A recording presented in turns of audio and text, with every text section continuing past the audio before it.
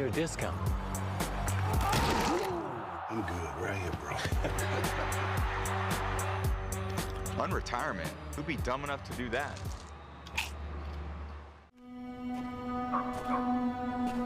We toil.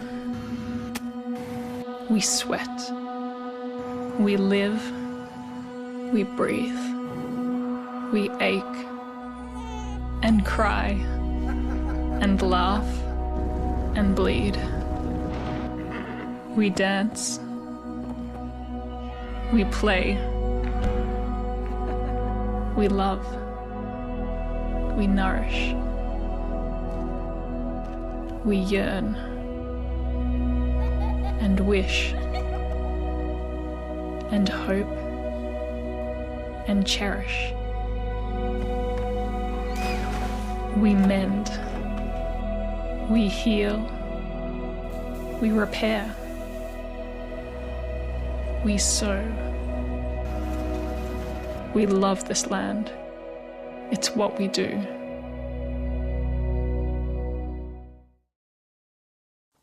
Take a look at all the action from Friday Night Football right here in North Central Ohio with great analysis, highlights, coach interviews, and so much more every single Friday night right here on the OH Report.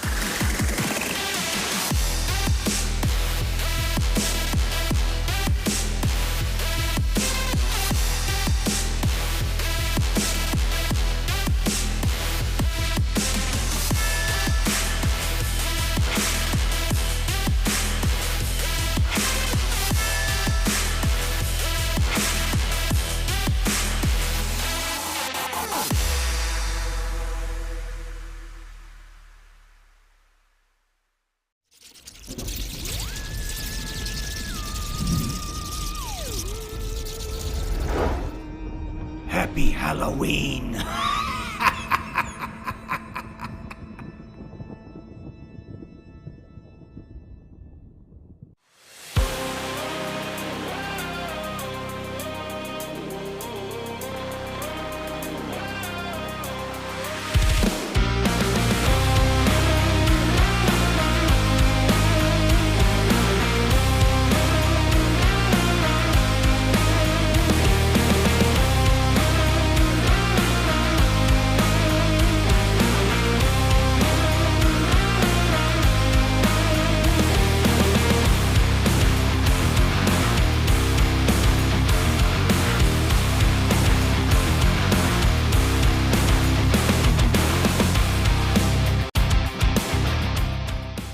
Stay tuned. The high school football game of the week is up next.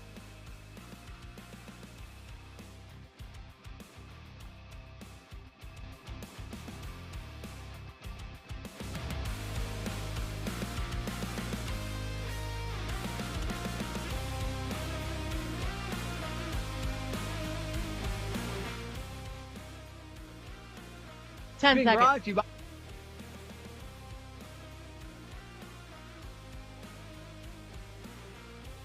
One.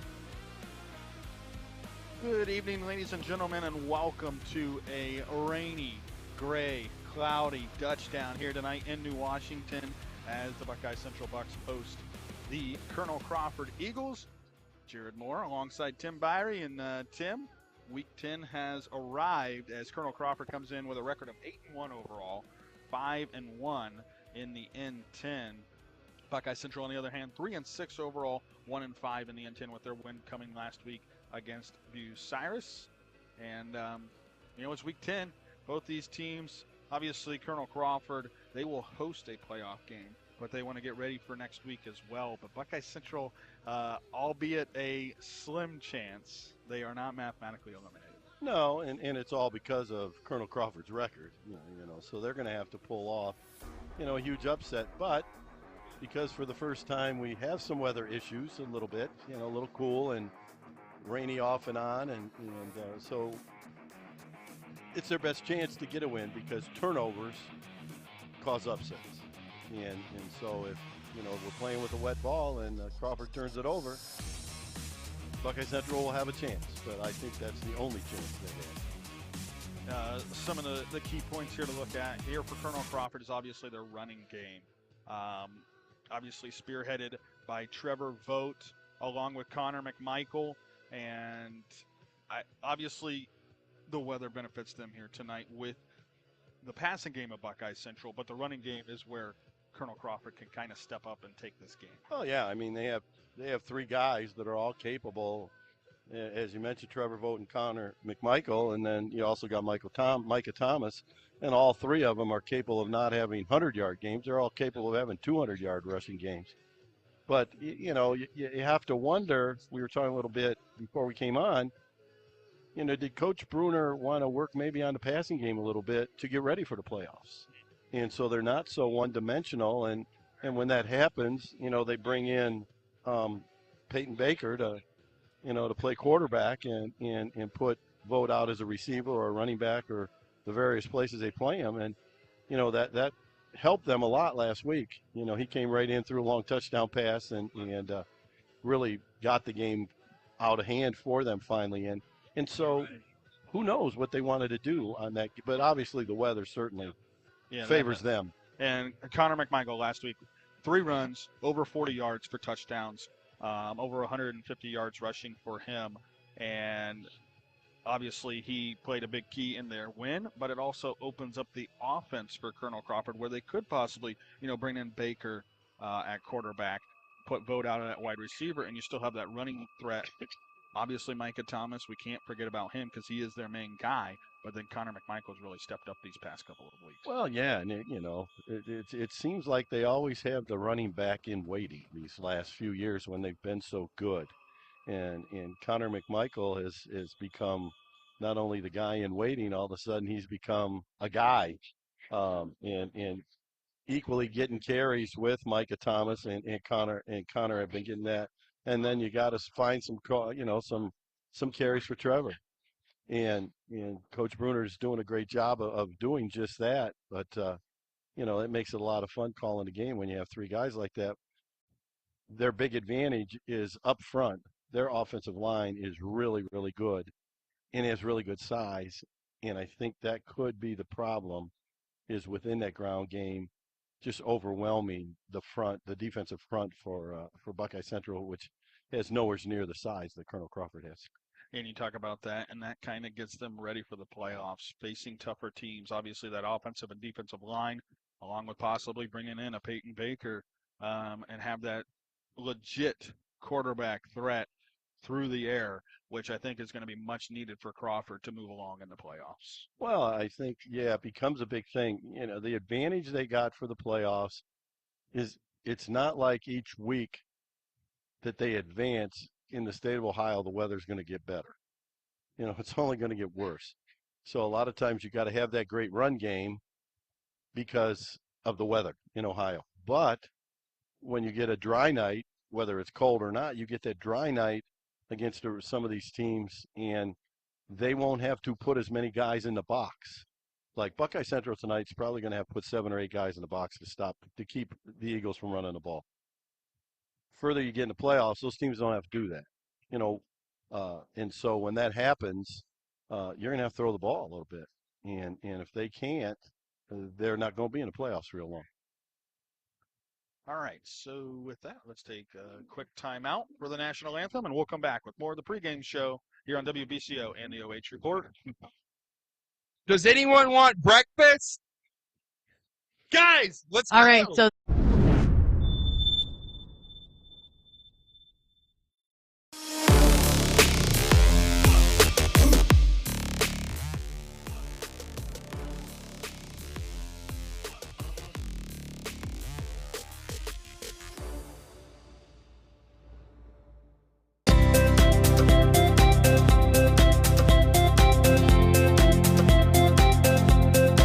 Hi, I'm Josh with Scout Construction, proud sponsor of local teams and athletes.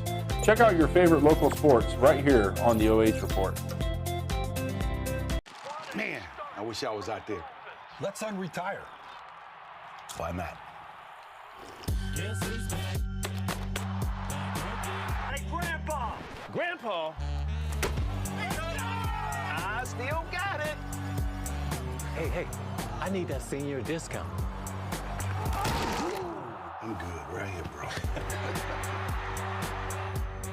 Unretirement? Who'd be dumb enough to do that?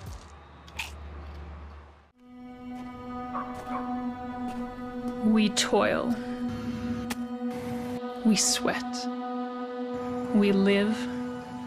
We breathe. We ache and cry and laugh and bleed. We dance. We play. We love. We nourish. We yearn and wish and hope and cherish. We mend. We heal. We repair. We sow. We love this land. It's what we do. Take a look at all the action from Friday night football right here in North Central Ohio with great analysis, highlights, coach interviews, and so much more every single Friday night right here on the OH Report.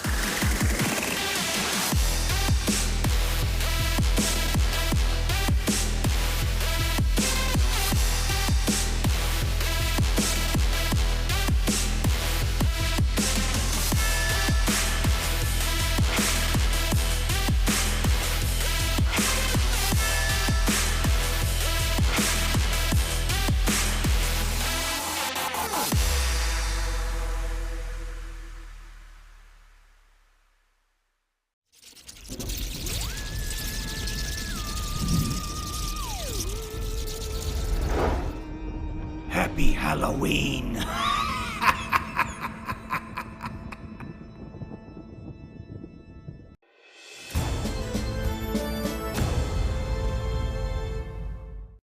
Welcome back here on WBCO and the OH Report. I am Jared Moore alongside Tim Byrie as Buckeye Central Colonel Crawford just about set to kick off here in week 10 of this high school football season. Now let's kind of get into Buckeye Central a little bit as we talked about Colonel Crawford in the previous break and what their key is their passing game, Tim.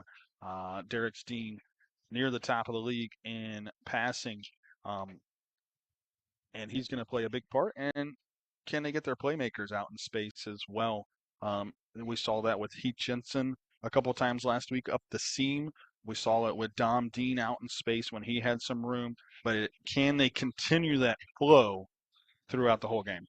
Well, that's the big thing is, he's going to have to get it out of his hands quickly because he's going to face a relentless rush. And the two times that I've had Colonel Crawford, they've sacked the quarterback a lot. And I'm sure that that's the plan again tonight is to put great pressure on him.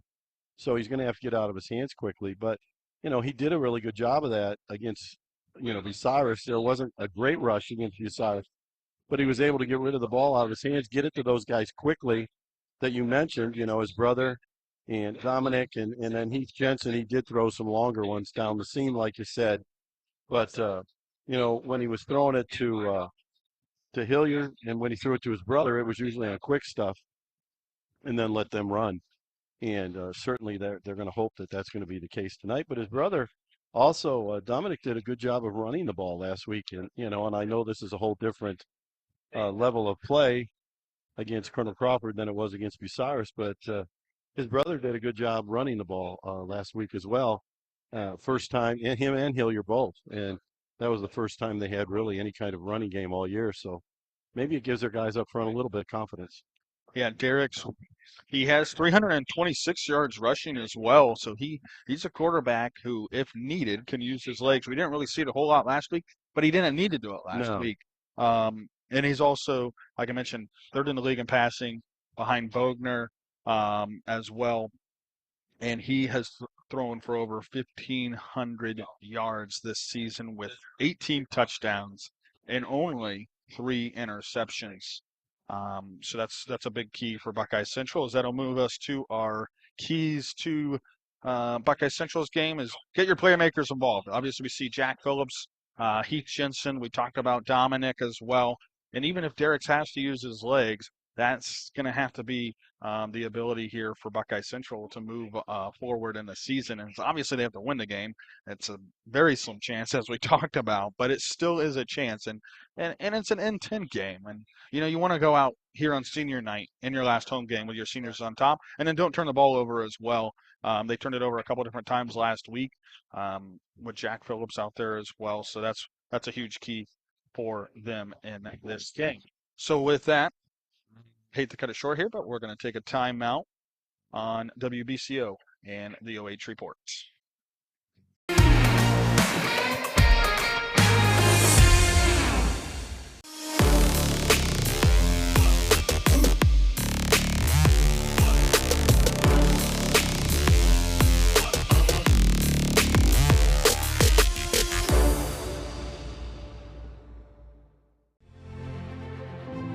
Farmall.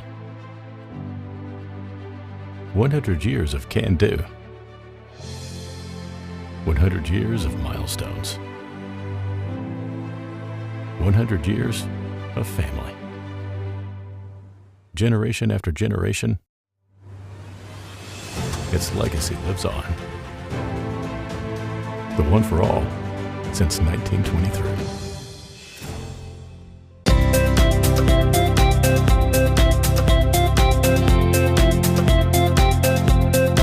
Hi, I'm Josh with Scout Construction, proud sponsor of local teams and athletes.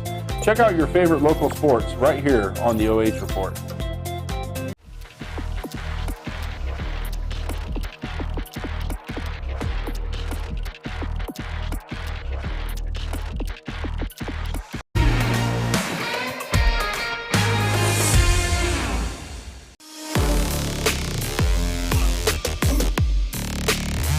It's time for the Lewis family, McDonald's of Bucyrus, again, high school football.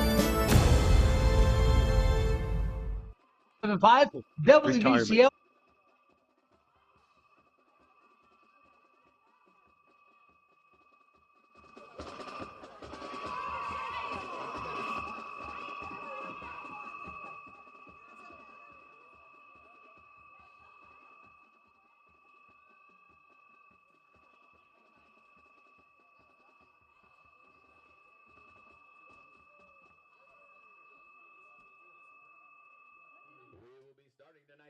With the Bucks receiving the opening kickoff at the north end of the ball field. You're live. And we are back here on WBCO and the OH Report, just set for kickoff here. Buckeye Central and Colonel Crawford. Jared Moore alongside Tim Byrie, also here on the OH Report. And Tim, where would you rather be than week 10? I mean, we're in a nice toasty press box. Right? Yeah, at least we're in a press box, and it's. I think the rain is. The window's closed, so we're not freezing. Yeah, and the rain, I think, is kind of holding off a little bit here to start this game. As Colonel Crawford, as you see, the home or the away whites, black helmets, and thankfully black numbers on those white uniforms. Got rid of those gold ones. Braxton Morton, the kickoff, end over end. Fielded at the 10. They'll go right up the middle of the field. And this is Heiler, I believe, taking it around the 25. No, not Heiler. I think it was Heiler's Okay. brother. There's a couple of them. It was a Heiler. But they'll start with the ball at the 25-yard line. This was something different than what they saw last week. Buckeye Central had great field position almost every time they touched the ball offensively because Bucyrus wouldn't kick it deep, and they pretty much had the ball starting at their own 40 or right around midfield most of the night last Friday. Well, as we've said often this year when we've had Colonel Crawford, obviously their kicking game is a weapon, both from the tee and from their punter. So special teams could also play a big part. This is how they opened last week with They go wads. 5 wide. So watch this bubble screen out here to the right. They will run it off the left side, off the edge with Isaac Heiler. Picks up a couple of yards to the 27-yard line, and you almost consider here that I think Coach Jensen's also going to want to take up some time off the clock in this game. Well, I don't think there's any doubt. So they're in the same formation, and let's see if they continue to do some motion. That time they handed it to them. This time they they're fake the throwing it. handoff, then swing it out wide, and the catch is made right around the line of scrimmage. They may have lost the yard on that one. That was Heath Jensen making the catch, but you could do that against Bucyrus a week ago. Colonel Crawford set up. They probably planned for that this week. Yeah. And they have the athletes out in space also that can make the plays. Yeah, they do a great job. Their safeties in their corners do a great job of tackling and have all year. And that time he ran through, was able to run through a blocker and get to Jensen really quick. So they ran the same formation, faked it that time to Hilliard, threw a quick screen, but 1 yard loss. 3rd and 9. Dean's going to roll out towards the left. Looking to throw on the run. Sliding catch made towards the sideline, and it is caught. And this time making the catch is Dean. And he'll pick up a first down, and that's what Buckeye Central has got to do in this game. They have to continue to at least move the football. Even if they don't score touchdowns, continue to move the sticks. Absolutely. First downs are important for these guys. They want to keep Colonel Crawford's offense off the field, and a nice job of rolling left, hitting his brother on a stop route, and his brother was smart enough to get beyond the sticks and get first down. 5 wide again, empty backfield here for Derex Dean and company. 10:15 left here in the first quarter.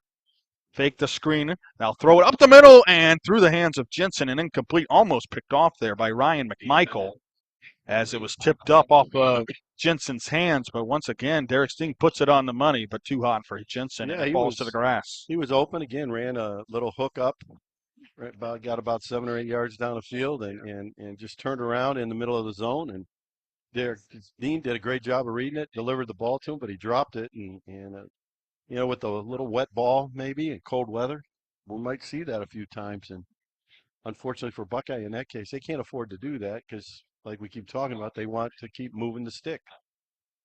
2nd down and 10, 10:09 left here in the quarter. Dean looking to throw. Now rolls out towards the left. Swings it across the sideline, and it is incomplete.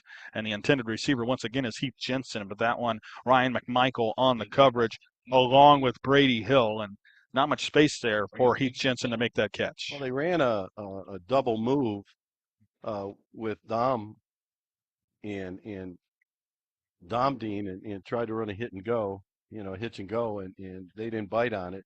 So then it was scramble drill, and he did a pretty good job of at least throwing it in completion. Sometimes that can be a quarterback's best friend. 5 wide again here for Buckeye Central. Once again, they'll send Heiler in motion towards the right side. Dean's going to roll out that way, and he'll throw on the run and over the head of Heath Jensen once again. It wouldn't have been enough for a first down, and it looks like Buckeye Central is going to have to punt after picking up just one first down. Ball at their own 37-yard line, and now they're going to have to punt it away to Trevor Vogt. Yeah, he just threw the ball a little high. And, he has a tendency when he's rolling out to keep running sideways instead of getting his shoulders turned up the field. And if he's going to roll out, as he seems to be doing a lot tonight, he's going to have to correct that, get his shoulders turned up the field, because Jensen was open again.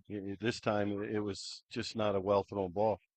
Big weapon here that we've talked about a lot in the Colonel Crawford games. Let's see if they're going to kick the ball to him. It'll be Derex Dean back to punt, standing at his own 25. He will get it away, a short line drive that's not going to be fieldable towards the left sideline by Trevor Vogt. And they do indeed kick it away from Trevor, and obviously probably a smart move there as well. But Colonel Crawford's going to have this set up with great field position around their own 45-yard line. Well, and that's what we've seen a lot. In these teams against Colonel Crawford, they don't want to kick it to him. But unfortunately, they often give Colonel Crawford great field position. So fortunate for Colonel Crawford, unfortunate for their opponents. 9:50 left here, first quarter, no score. Colonel Crawford, their first possession of the game. It'll be Vogt in the gun. Micah Thomas behind him. Lucas Foy goes in motion from left towards the right side of the line. They'll hand it to Thomas, right tackle. Thomas pounds it outside and then dives forward into Buckeye Central territory to the 42, picks up a Crawford first down, and one play One first down here for Crawford. Well, and that's kind of what we're expecting tonight is a big dose of the running game, and must have someone down because the refs called timeout. Yep, injured player down on the far side, and we will take a timeout as well. 9:43 left here in the opening quarter. Colonel Crawford, nothing. Buckeye Central, nothing. We'll be right back.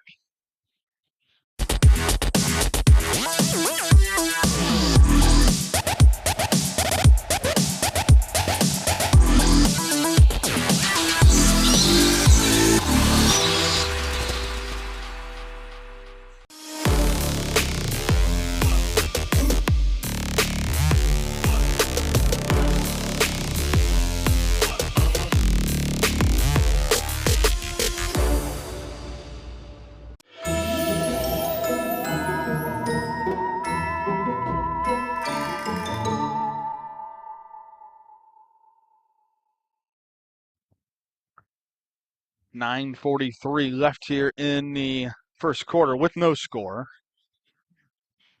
And the injured Buckeye Central, Jack Phillips, able to walk off. Still towards this sideline, but obviously Buckeye Central, and then we talk about that, is kind of the depth that they have kind of limited here, and obviously Colonel Crawford a little bit more, and that's where they kind of get into a situation later in the game. Oh, absolutely. They got 14 or 15 guys on the sideline, Buckeye Central, and Crawford there's about 45 guys standing on the sideline. Vogt hands it, and this time it's Thomas again, who powers his way through the middle of the line up the right hash to the 36.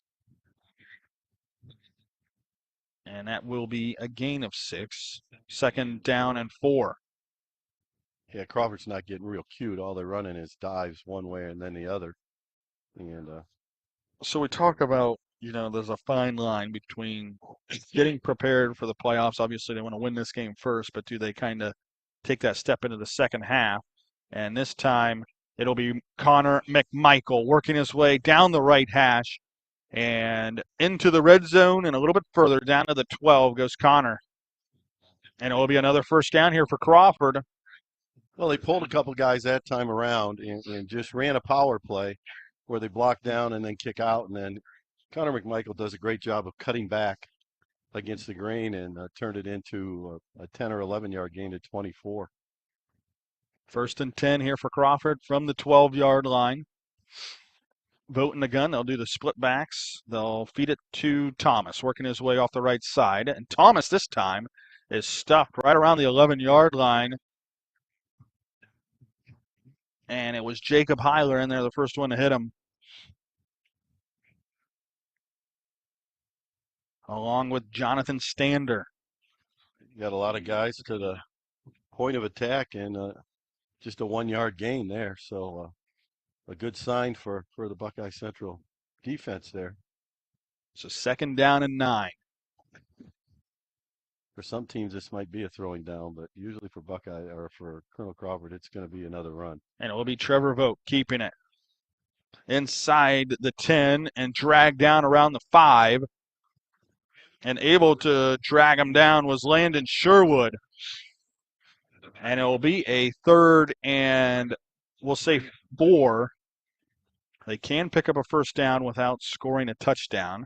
Yeah, they just ran a quarterback sweep there with 2 lead blockers for him and pulled one lineman around. So he had 3 guys in front of him and was able to get 6 yards and make it a very, very makeable 3rd down or 4th down if they need to use it. They'll set up Thomas behind Vogt. And they'll hand it to him. Cuts it back inside and easily gets into the end zone. Just made that jump cut right when he got the football, avoids the defender, and walks into the end zone for the Crawford touchdown. And that is our first to score, courtesy of Chevrolet of Bucyrus. Score more on Route 4, and it is Micah Thomas from about 5 yards out. Yeah, and you called it, Micah, just great vision there. As soon as he was getting the ball from Vogt, there was nothing. He wanted to go left, but there was nothing there. He jump cut to the right and had a huge seam, and I think pretty much went in untouched for the touchdown. So Braxton Morton in to attempt the extra point, and it is up, and it is true. 7-0. Crawford with 7:10 to play here first quarter. We'll take a timeout. We'll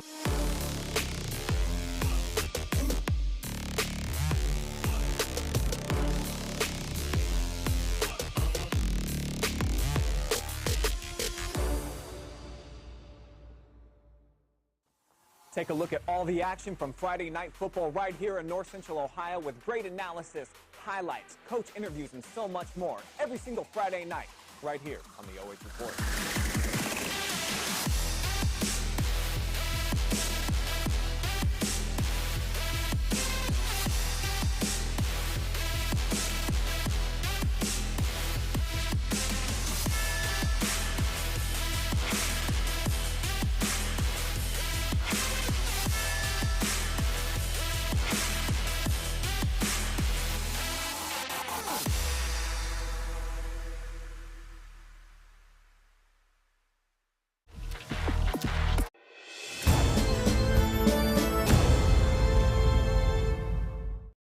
WBCO and the OH Report.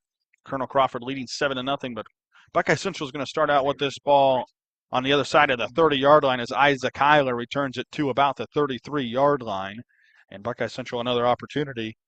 After they did pick up a first down on their first drive, had some trouble throwing the football, and is that part of the conditions, but I don't know if you're going to be able to run the ball against this Crawford defense either. Well, they only tried the one run and gained 2 yards and really then abandoned it and threw 5 straight passes. So that might be a preview of what's to come, but they're going to have to get a little more successful. They're only 2 for 5, and the last 3 have been all incompletions. They will continue to go 5 wide, empty backfield here for Buckeye Central. Now Dom Dean motions that way, and they swing it out into the flat. Heath Jensen makes the catch at the 36, and then is stopped immediately. Connor McMichael in there on the tackle, along with Brady Hill. But modest gain of 4 yards there for Buckeye Central. Well, and as you said, the McMichael brothers, they get to the football in a hurry.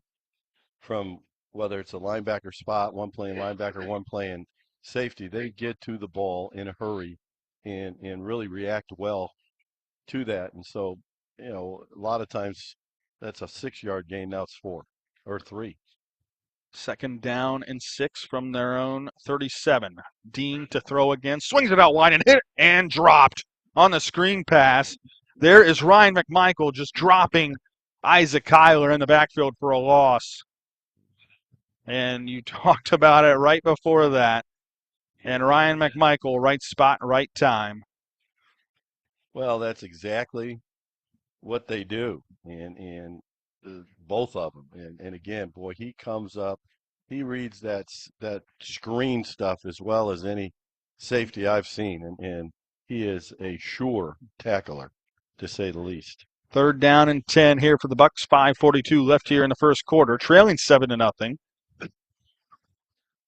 And they will send Heiler towards the left side. Dean to throw. Slant route caught by Jack Phillips. Dives forward and got the first down. Close to the 45 is Jack Phillips. And it will be good enough for a first down. A nice pitch and catch there from Derex Dean to Jack Phillips. Yeah, just a little in route and threw it on time. And makes the catch. Dives forward to make sure he gets that first down, 11-yard gain. And yeah, just what Buckeye wants to do. Just move the clock, move the ball slowly down the field by being patient in your passing game. And Derex Dean is showing great patience, willing to take the short stuff. They just got to keep completing it. They send 4 towards the left side here on 1st and 10. Dean again across the middle, catch made. First down and a little bit more. And the pickup by Heath Jensen makes the catch and turns it up. And they're in the Crawford territory to the 42-yard line. Found the soft spot, did Heath Jensen, and makes the catch in the first down. That's kind of exactly what they're doing, just what you said. They're just they're playing cover 3 behind, and cover 3 means you have a safety going deep. Your corners are playing, so each of your 3 people back there are playing thirds of the field. And and the linebackers drop, and it's a zone. So there's space in the zone. You just got to run to it and stay in that open spot. And if you time it up right, you're going to get a lot of completions. 4:50 left here in the opening quarter. Buckeye Central trailing 7-0, but a 1st and 10 from the Crawford 42-yard line. Again, empty backfield. They'll send Dom Dean in motion. He'll go to the right side of Derex. They will give him the handoff. There is a flag, and this will probably be an illegal shift here by Buckeye Central.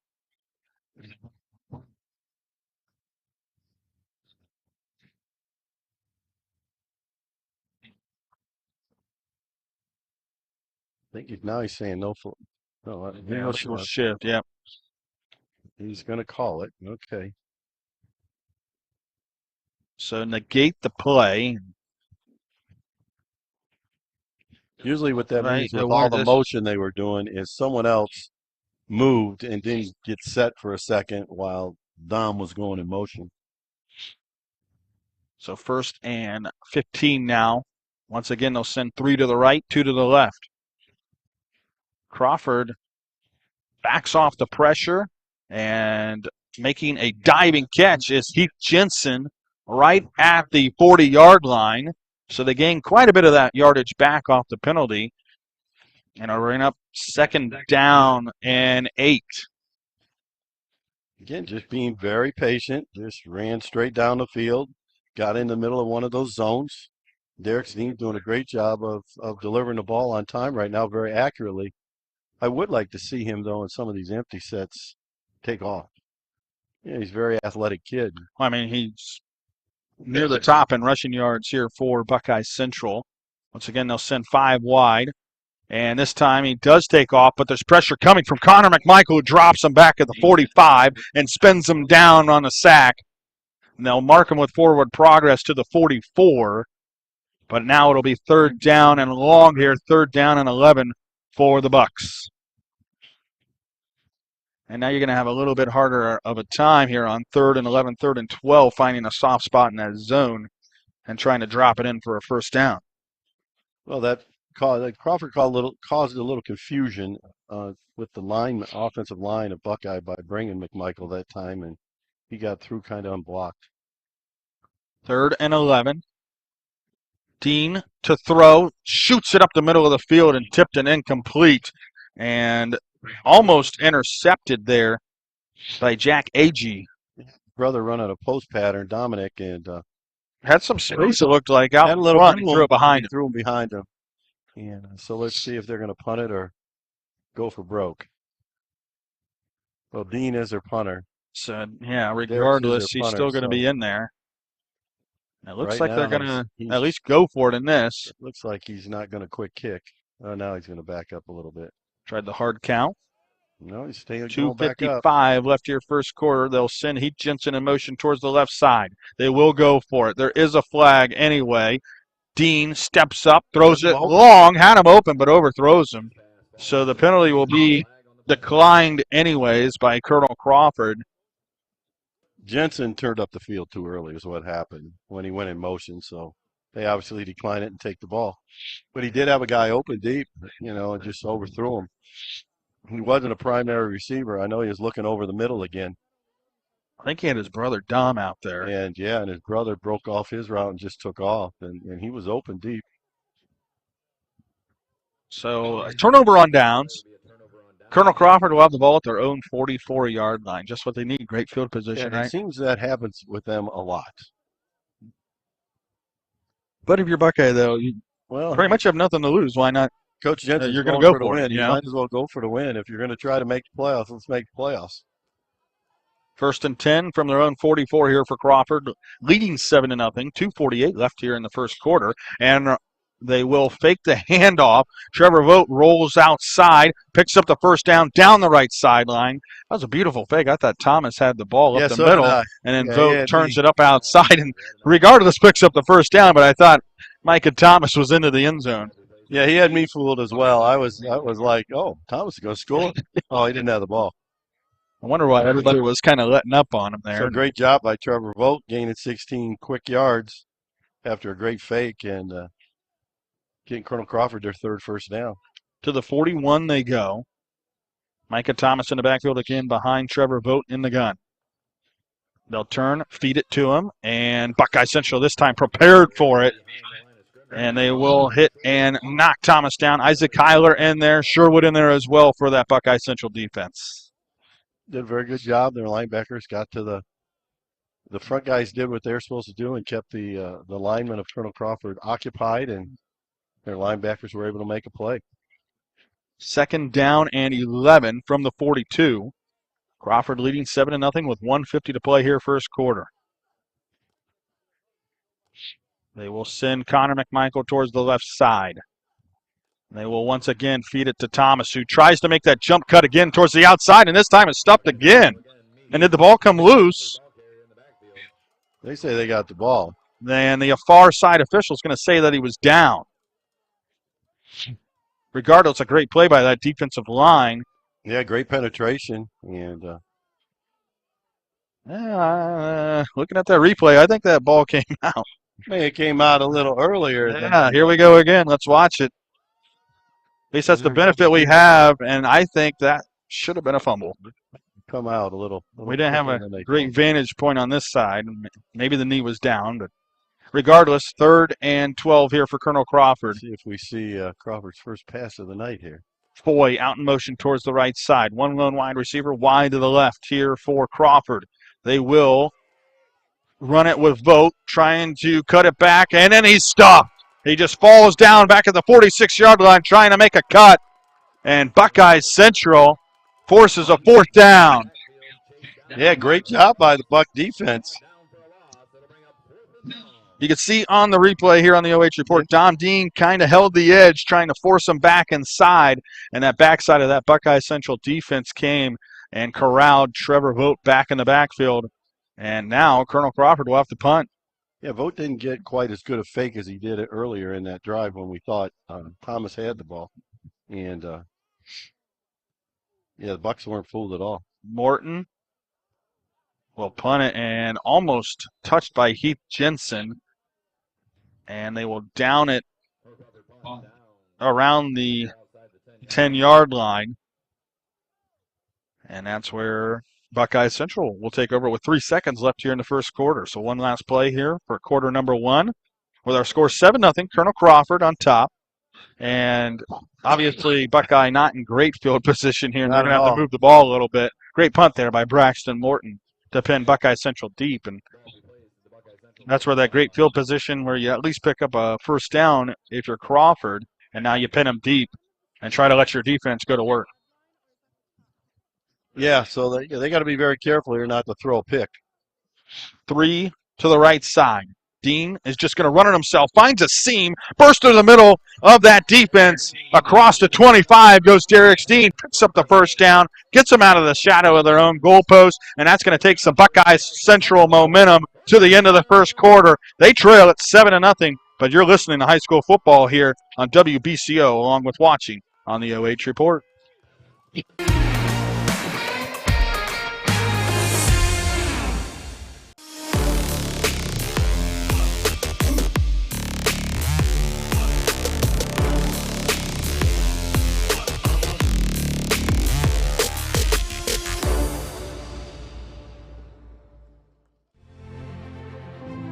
Farmall.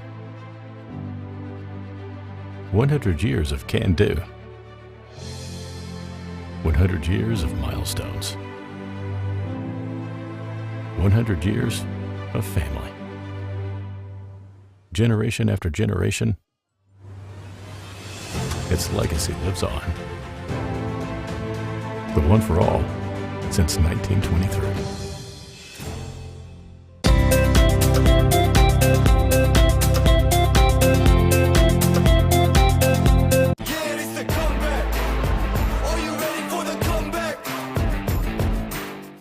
WBCO along with the OH report. Started the second quarter, but Buckeye Central a little momentum here. Got the stop defensively.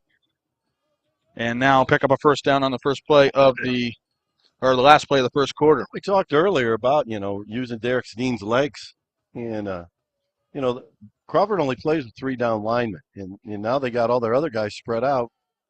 They got 5 guys to block 3. Now they're going to get, I think Crawford. I think that's going to be offsides. Yeah, Crawford jumped.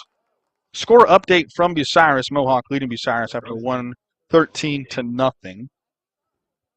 So now they give Crawford gives Buckeye a short series here. Only got 5 yards to go for the first down, but yeah, to get back to that running thing. So when you play in, they got 5 in the box technically because their 2 linebackers are up there, but they're bailing pretty early, thinking everything's a pass.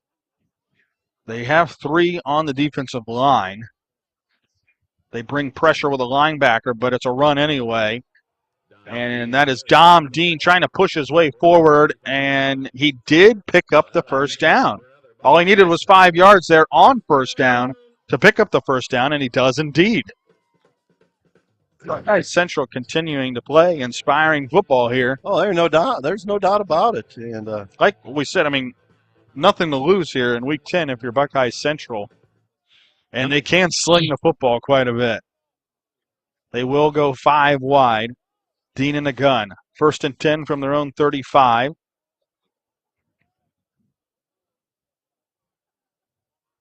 Five seconds on the play clock. Dean swings it out. Heiler on the screen pass, and he drops it.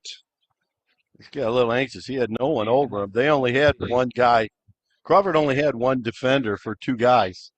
You know, the one outside linebacker was Walker Kramer, scraping to the outside in a hurry, and I think that's what happened. Hilliard, I think, just took his eye off the ball, looking for him coming off the edge, and dropped it. But they still don't have him covered.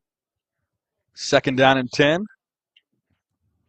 Dean fakes the pass this time. QB draw, and Crawford was set up for it. He'll maybe pick up a half a yard. Does Derex Dean. And Crawford was kind of all over that as those linebackers stepped up. And the first one to hit him was Caden Bruner. I still like, when they go 3 to one side, 2 to the other, when they go 3 by 2, there's still a guy that's uncovered. And if you could run him down 5 yards, just keep running hitches to him, run down 5 yards. I think if you get the ball out quick enough, but they can't get there in time, and they're just giving you 5 yards. They'll send Heiler in motion towards the right side. Dean's going to roll that way. Throws it deep. Has a receiver with a step, but it's over his head, incomplete. Jack Phillips, the intended receiver, covered by Lucas Boy. Well, they motioned that time. They had quads to the wide side of the field, and they motioned another guy over there to give Derex Dean an extra blocker. Blocked it well, and he threw it well. It's just about a yard overthrown, but he had a guy open. He had gotten by the defender and had a chance. But they're going to have to punt it now. With 10:36 to play here in the quarter, 4th down and 9. Dean does indeed punt it, end over end. This is going to drop and stop right around the 43, and Crawford once again. And it's great field position, but Buckeye Central able to pick up a couple of first downs and move the ball forward, and Crawford pretty much set up in the same spot they were on their last drive. Yeah, they're punting. Derex Dean, I don't think is a great punter. He punts and he kicks it just very low and tries to keep it away from Vogt, but he's only kicking it 20 yards down the field regularly. So 7-0.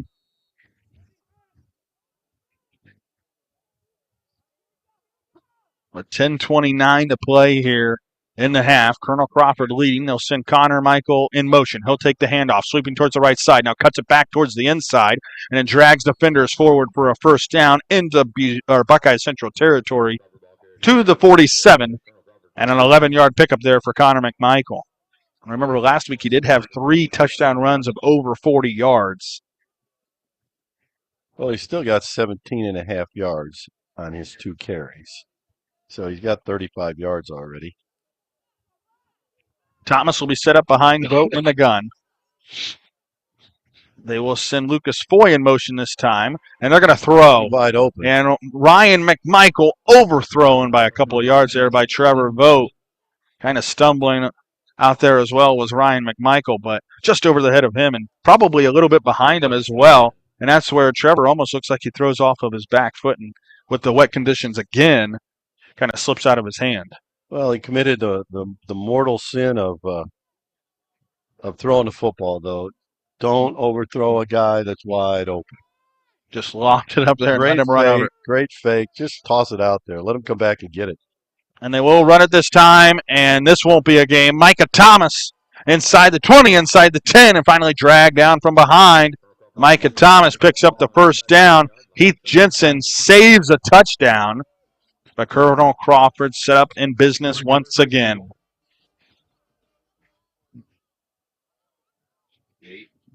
From the 8-yard line. So they'll mark him down at the 8. Both teams now with 5 first downs. But, yeah, he was pretty much untouched. They did a great job of just getting everyone blocked, and who's going to go in untouched. Second touchdown of the day for Micah Thomas, this time from 8 yards out, as Tim mentioned, untouched. Just able to walk in off that left side of the line. They opened up the hole for him, and he went right through it. 9:30 left to play here, and they pick up their second touchdown here in the second quarter. Those last two plays just went back to their power stuff, and two runs and a touchdown. So Micah Thomas does the work here for Crawford on the drive.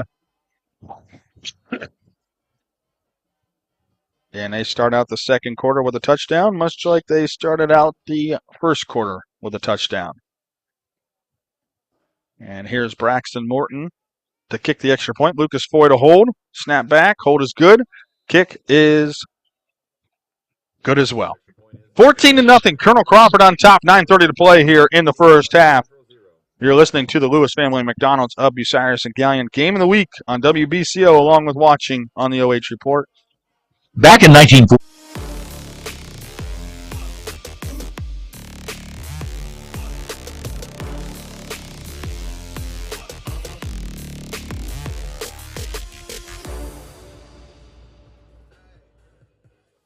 Take a look at all the action from Friday Night Football right here in North Central Ohio with great analysis, highlights, coach interviews, and so much more. Every single Friday night right here on the OH Report.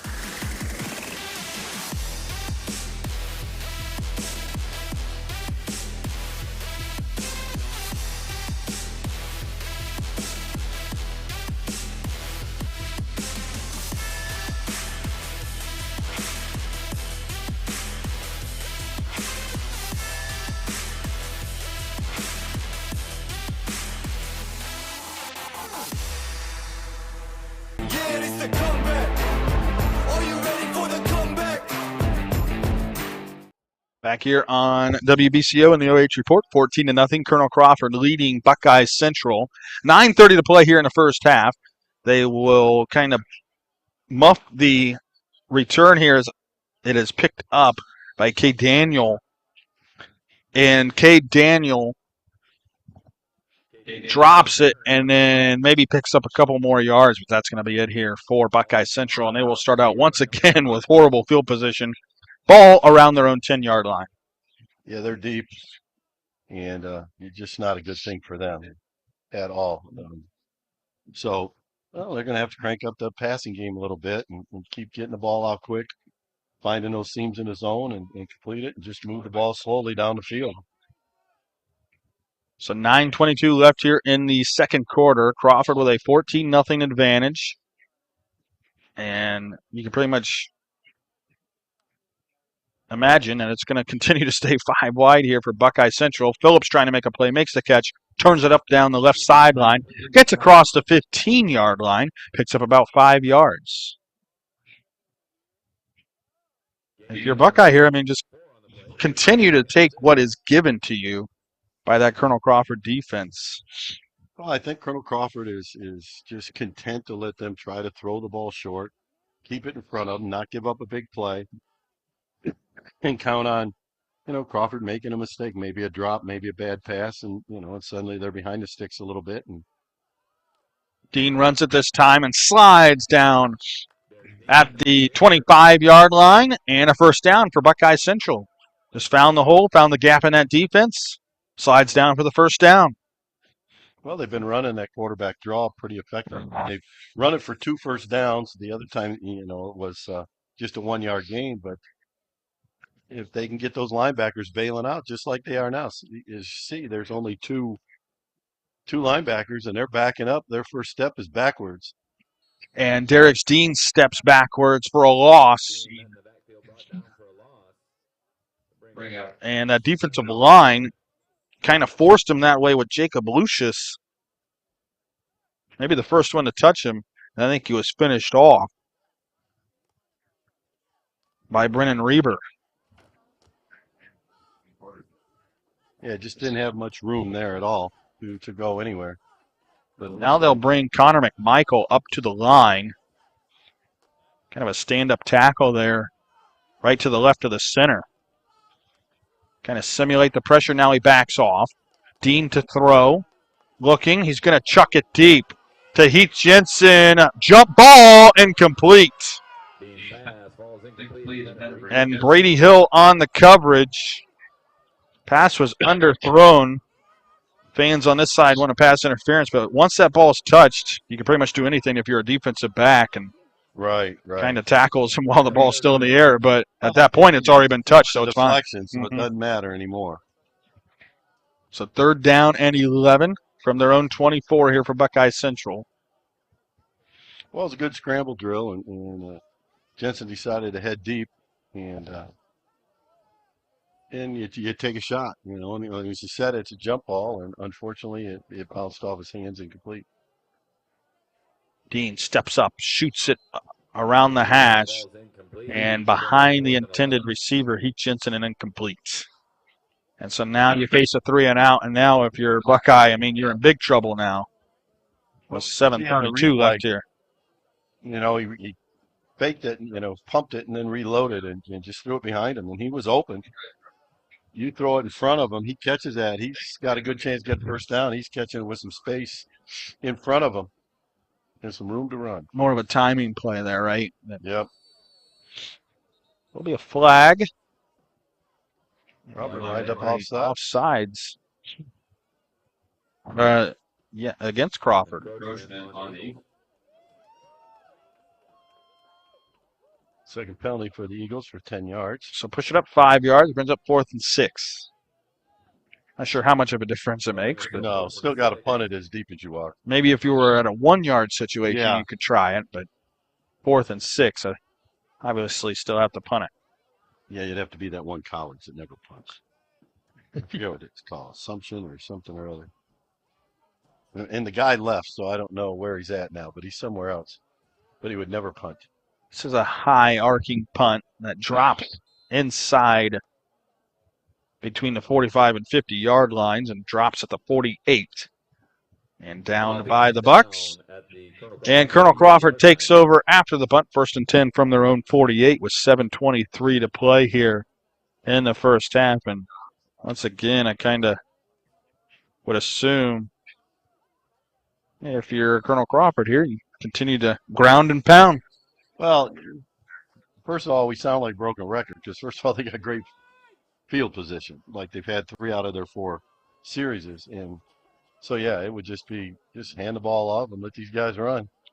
They'll bring in Baker to throw. They throw it up top to McMichael. Great coverage defensively down there by Heath Jensen, step for step with Ryan McMichael.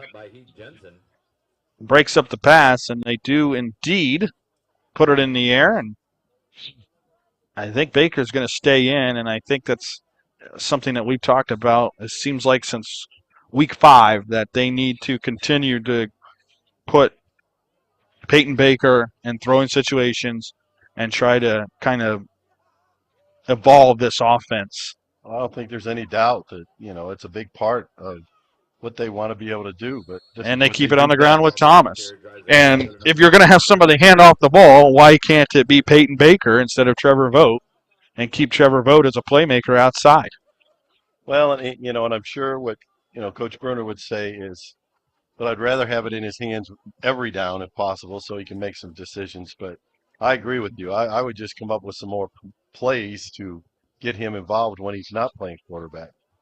They'll fake the toss, run the counter with Connor McMichael. Finds a seam, finds a burst, turns on the Jets, and scores a touchdown from 40 yards out for Colonel Crawford. And now they will take the 20-0 lead. And now he's up to 25 yards a carry. And kind of seems that they were at the 40, so he scores another touchdown. Yeah. That's around 40 yards. Yeah, I like that. But yeah, that was a counter play. Interesting play. They brought Vogt in motion, and faked the ball like they're going to give it to him on a sweep, and then ran an inside counter play where they had their guard and their tackle pulling out in front of him. But boy, he untouched. Braxton Morton knocks in the extra point and gives Colonel Crawford a 21-0 lead. With 6:48 left here in the second quarter, Colonel Crawford leading Buckeye Central 21-0. Stay tuned. You're listening to high school football on WBCO, along with watching on the OH Report.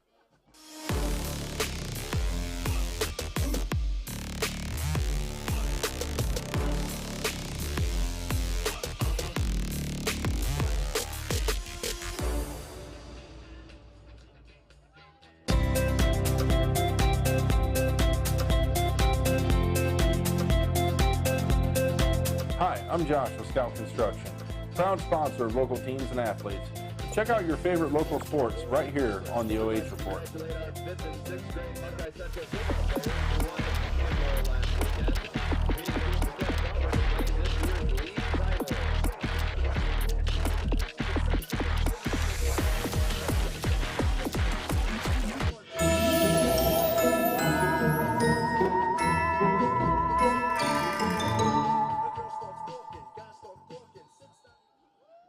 Hi.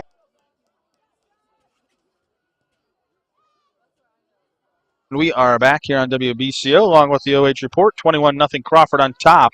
Buckeye Central able to take the ball past the 30-yard line, and on the return was Cade Daniel, who has a nice little return there for Buckeye and set them up with some pretty good field position. Much better. And, he caught it on the fly, and as he was moving forward, he got into the wedge.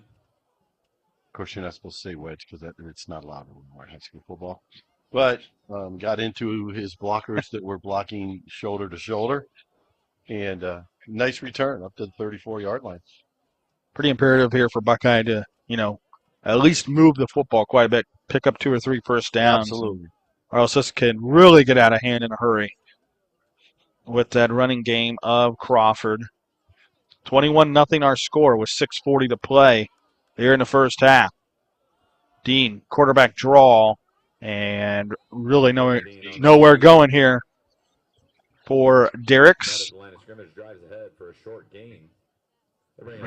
Maybe a half a yard pickup there.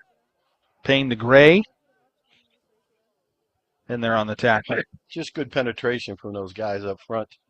And then the linebackers followed in to finish it off, and that's exactly how this defense for Crawford is supposed to work.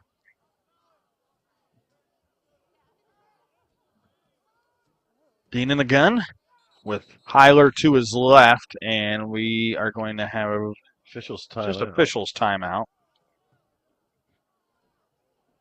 I think just the wide receiver right there standing next to the ref, his mouthpiece fell out. Well, with how many times the far side official made Bucyrus run off the field last week. Yeah. Heiler takes the handoff, eludes a couple tackles, and then finally dragged down as he gets across the 35 and dives forward to the 37. Does head to the 37-yard line.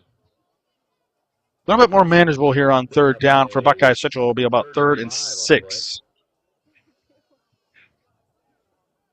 Yeah, and if he can get 4 or 5 yards, now we can have a decision here by Coach Jensen as to whether he wants to go for it or not, and I think he probably will. 4 wide to the left. Dean to throw.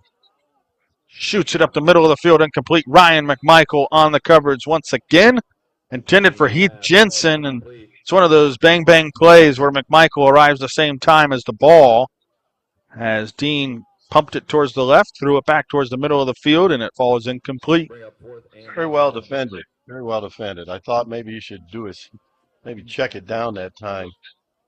Maybe check it down to his guy on the perimeter. At least he was wide open, and maybe could have broke a tackle and gained a few yards rather than throwing it to Jensen, who was, like I said, very well covered. I will say that that offensive line has given Dean plenty of time to throw. Well, as long as they're just rushing the 3, they do a good job. When they bring pressure from the linebacker spots, that's when they get in a little bit of trouble. Dean punts it. This time, Trevor Vogt was kind of called up in case there was a fake situation going on, or they just snapped it and ran a play.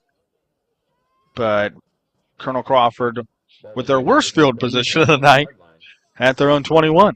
But 5:03 left here in the first half, and still plenty of time here for Colonel Crawford with all 3 timeouts to take advantage of this. And obviously, it hasn't taken them very long to score anyway when they have had the football. But Buckeye Central has made a couple key stops as well here in this first half. Well, and that's what you want to at halftime. Coach Jensen's going to ask this question. Coach Verner's going to have to ask this question of what happened on the one drive where Crawford didn't do anything. What did Buckeye do that shut it down?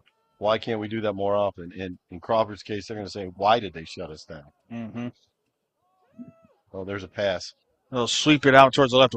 Was it a pass or your favorite jet sweep? He threw it up in the air, so it is a pass. Of course, it's 1 yard gain. 1 yard gain there for Rowan Thu. 2nd down and 9.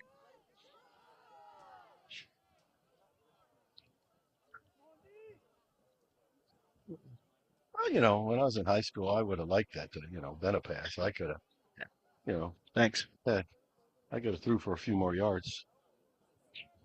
We had really good backs, so, I could have flipped it up to him. Let him Definitely run for 70 yards. creates a better completion percentage. There's a flag. I think one of the linemen was leaning a little bit. I'll start here against Crawford. Even though Crawford's leading 21-0, it hasn't been exactly impressive so far. No, they haven't.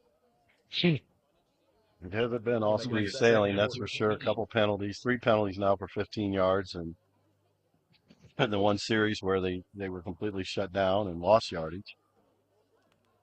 But is that kind of like, where you get into a situation where you expect them, kind of like fans for Ohio State, but this is going to be a throwback for Vogt, and he decides to step up with his legs, runs across the middle of the field, close to the 25-yard line before he's cut down. We have pick up a 5 or 6 here for Trevor Vogt. And we'll bring up a... Going to bring up 3rd and 8 on the play. I think it's, 3rd down. 7 or 8. Is that kind of where you get into those expectations and you almost expect them to score every drive? Well, yeah, and then, plus they're kids, and so you got to wonder, do they let down a little bit? And you think, oh, this has been so easy, we'll just keep it that way. Looks like they're trying to throw a screen. They do, and it's open for Connor McMichael. Makes the catch and then slides down. He slips up at the 30-yard line. He would have picked up a first down had he not fallen. But it'll bring up 4th down, and we'll see what the decision here is for Colonel Crawford. So you can see the offensive lineman going out to block in front, and they even fall down ahead of Connor McMichael. So it'll bring up 4th and 1. He had a great deal of room to run if he doesn't fall down. From their own 30, they're going to go for it, or at least try the hard count. They set up McMichael and Thomas in the backfield. They'll hand it to Thomas. Thomas drives his way forward, picks up the first down, and then continues to drag the pile close to the 40-yard line. Does Micah Thomas, and I think you knew what was coming there, regardless that one of those running backs in the backfield was going to get the football, and it was Micah Thomas indeed. And they will place the ball down at the 38. Well, and that was a matter of once he got across the sticks, got that first down, that was called aiding and abetting the runner, which is all legal now. Yes, or the tush push, as you could say. They had a lot of guys pushing him. Thomas sweeping off the left side. And he will sidestep a couple defenders, break a couple tackles inside the 40-yard line in the Buckeye Central territory to the 39.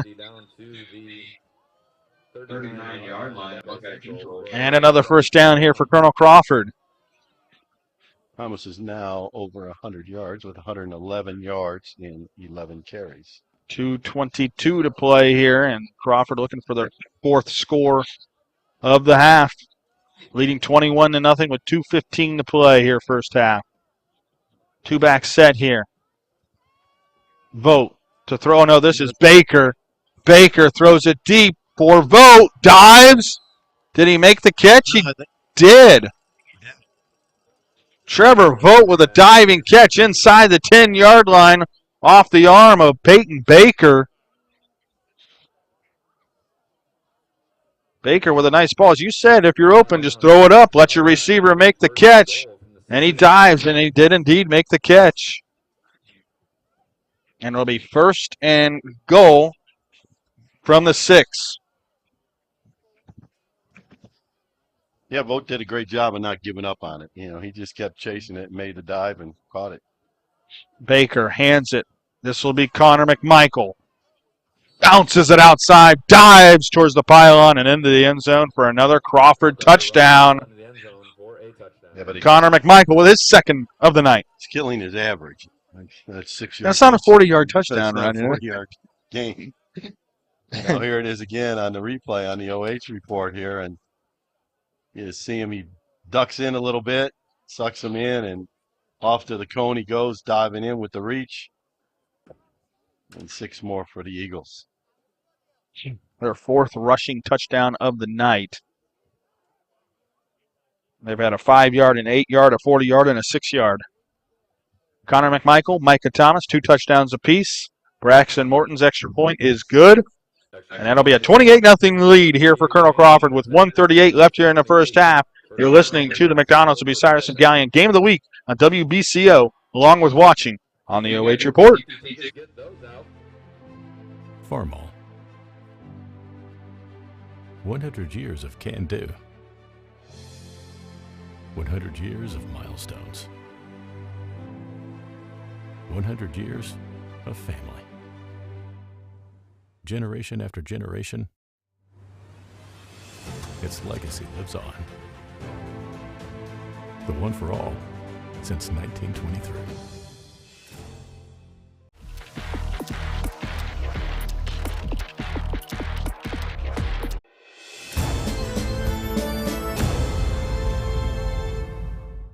Service.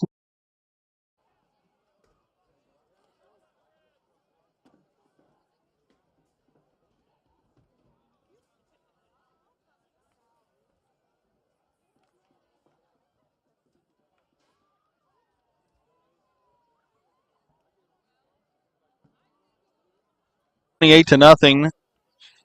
Colonel Crawford leading Buckeye Central. 1:38 to play here on WBCO, along with the OH Report. And once again, Cade Daniel takes the kickoff at his own 5-yard line, runs it up the hash, and is stopped around the 20-yard line. There's a flag that flies in late. And I would imagine this will push Buckeye a little bit further. What if that'll change their strategy? It looked like Coach Jensen was talking with Derex Dean before they went on the field, looking like they might go to a little 2-minute drill, but now they may end up starting this at about the 10-yard line, so they may change their mind, especially with Crawford's got all 3 timeouts left. We'll be holding against the Bucks.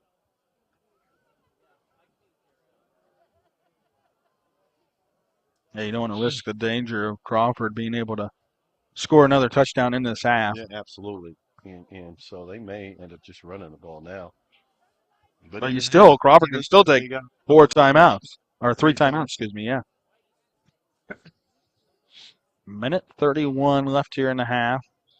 We've seen some success from Buckeye Central offensively, but kind of almost a little bit of a bend by Colonel Crawford defensively, but keeping everything in front, as you mentioned before, and still a 0 on the scoreboard for Buckeye Central. Dean, quarterback draw, trying to shake his way loose off the left side of the line, and he's stopped for a loss of probably a half a yard. And Colonel Crawford is going to take a timeout. Indeed. Timeout, Colonel Crawford. Let's go ahead and take one as well. 1:20 left here in the first half. Timeout, Colonel Crawford. You're listening to high school football here on WBCO, along with watching on the OH Report.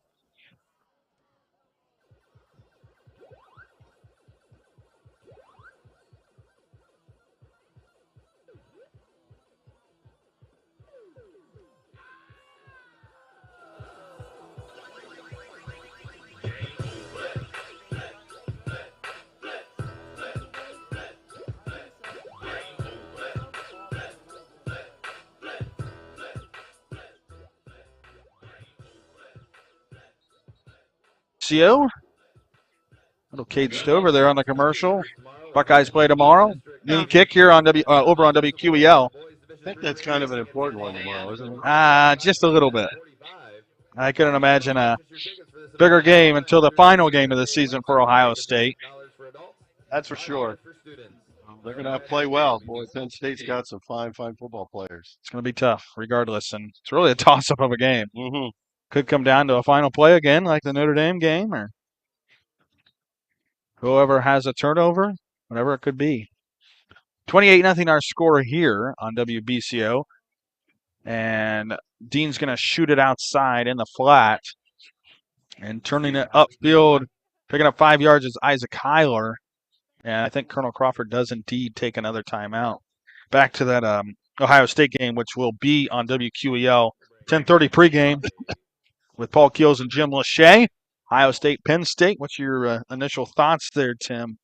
Always go to you to kind of make me feel better about a game. So much talk about how good the Penn State defense is, but they've not played an offense like Ohio State's. Yeah, so truly how good is it? And so, I mean, we're going to find out. And it's, and obviously there's been questions about the Ohio State offensive line. So we're going to find out because they say, Penn State's got a couple early rounders on their defensive line. They got a linebacker that's outstanding, and again, and some defensive backs that are really good, but their defensive backs got a defensive guys, and even if Abuka, he can't play, I like the freshman. Carnell Tate. Tate and the other guy. Brandon Ennis. He caught. Tate should have had a touchdown, but he kind of covered the ball up and so, waiting for the hit. Those guys, so, and Cade Stover on the commercial, heard he's going to play a big part. But 3rd and 5 here for Buckeye Central with 1:10 to play here in the half. And now Coach Jensen. Little cat and mouse game going on here between the two coaches. He's going to take a timeout. Well, it's an important play. He's got to get this first down. Crawford's still with the one timeout. And they can put Baker back in there and throw the ball, and he's got some weapons to throw it to. Honestly, if you're Crawford, I think you kind of want to – they do want to play that game because they need to get ready for the playoffs next week, and especially on down the line when you face even tougher teams in the later rounds. They need these game-type situations, even if it is in a 28-0 game here right before halftime. And normally you would say, let's just kneel the ball. But this is a situation where they do want to get that experience. Well, and what it is, you practice your 2-minute drill at practice. But a lot of times you do it on air. If you're not doing it on air, you're doing it against your scout team, who, is some kids that aren't going to play a lot, or your JVs. And even if they are better than maybe some of the teams you play on the varsity because you got great numbers, it's still better to run it on Friday nights. So a 3rd and 5 here for Buckeye, and we have movement on the left side of the line, and it's going to be against Buckeye Central. Be a false start.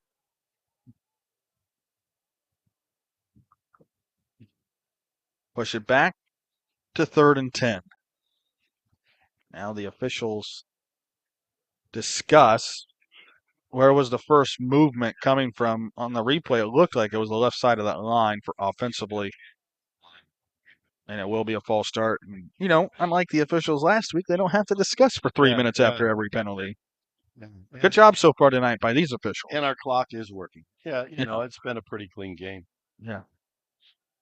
28-0 to score. And Colonel Crawford looking for one last stop here before halftime and see if they can push it into the end zone one more time. But Buckeye Central facing a 3rd and 10. 18 seconds on the play clock. Derex Dean sees something because he's signaling over to Coach Jensen, so he might be changing the play. They go trips to the left. Dean to throw. Pressure coming from the right side. Steps up and try to hit Heath Jensen on the out route, but he overthrows him, incomplete, out of bounds. Pressure kind of forced Dean to get rid of that ball a little bit earlier than he thought he wanted to, and it brings up a 4th down and 10. And with Crawford still with one timeout after the incomplete pass, stopping the clock. Yeah, he was still getting a little pressure. And, stepped up, and again, he just didn't get his feet turned and shoulders pointed right at the receiver he wanted to throw it to. So 4th down. Trevor Vogt standing at the Buckeye Central 40-yard line. And they will keep it away from him, and this is shanked. And I don't even know if this got past the line, the game marker, and it did not.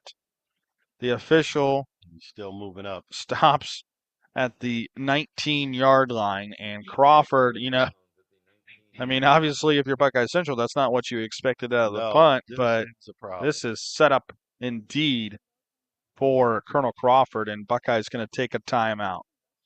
Where are they going to spot 59 this? seconds. It's inside the 20, so 19 and a half. What a net gain there of 9 yards on the punt. Well, like you said, and they got a timeout left still because of the incomplete pass. Yeah, so plenty of time.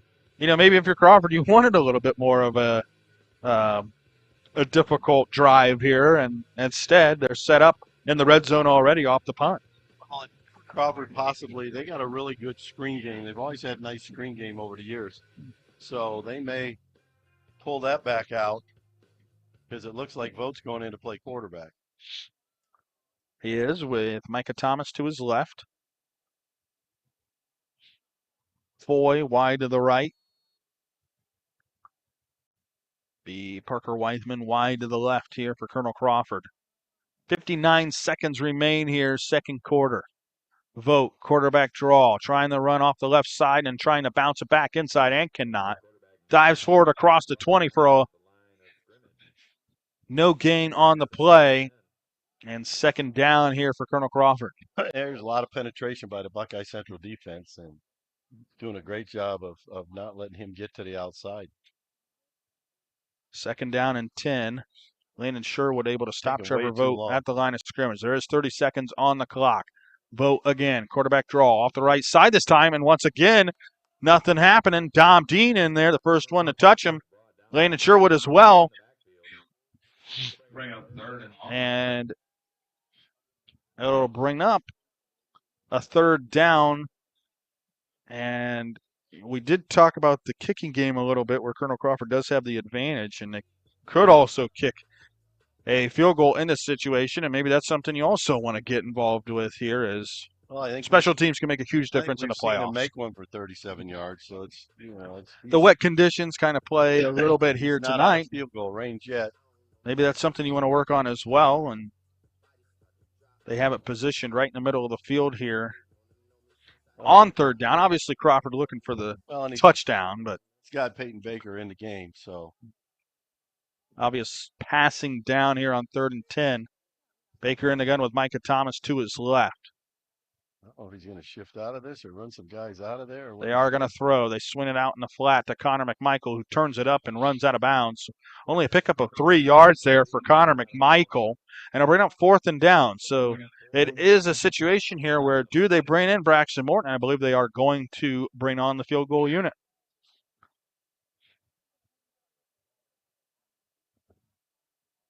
So they're on the left hash. Now Braxton Morton will have to kick this extra point, or excuse me, this field goal.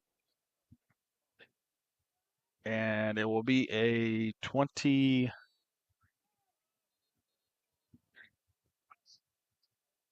Set him up with the holder at the 22, so it'll be a 32-yard field goal, and Buckeye Central is going to take a timeout. Might as well take one before the end of the half. You can't keep them, right?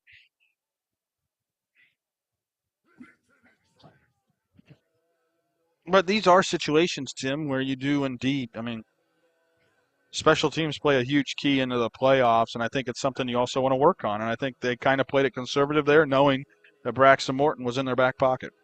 Well, I don't think there's any doubt when you have an excellent kicker as he is. It can change a little bit, and again, the conditions aren't great. Like I said, I was just surprised they ran the 2 sweeps rather than maybe going to some kind of a screen pass in the screen game, or even running, the jailbreak screen to Trevor Vogt to get him outside, but to get him in space, because Buckeye had nothing, was not going to allow him to get wide on his quarterback sweeps. This will be a 32-yard field goal attempt. It is up, has the distance, and it is good. Braxton Morton, a 32-yard field goal, would have been good from 40. gives Colonel Crawford a 31-0 lead with 10 seconds to play. We'll take a timeout here on WBCO and the OH Report.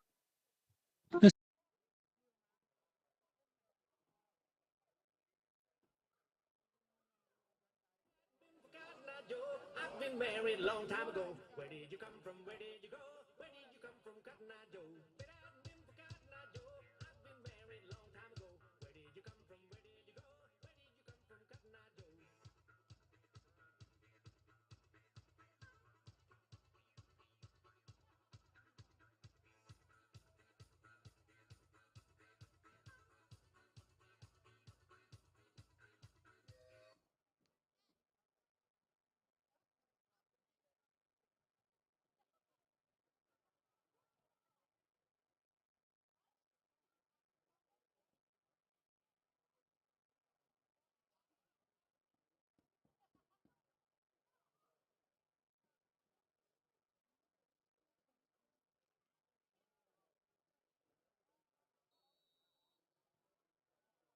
Colonel Crawford with the lead. Braxton Morton, a 32-yard field goal, gives him that 31-0 lead.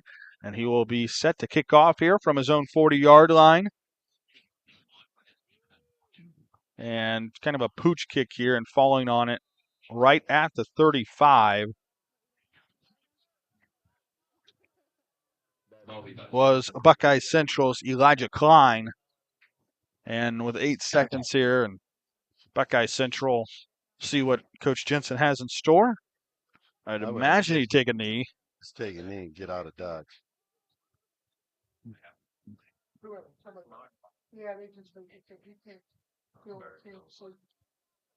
Nobody with any timeouts left as well, so the clock cannot stop unless they get out of bounds. They are going to spread it out, though, Tim. 5 wide. And they will just run it on the sweep. And no gain on the play for Heath Jensen. And that'll take us to the end of the first half.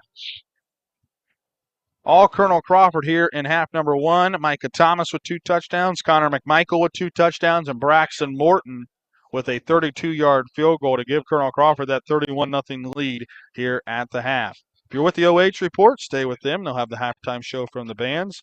If you're staying with us here on WBCO, we will have the Ohio News Network halftime show and recap the first half when we come back.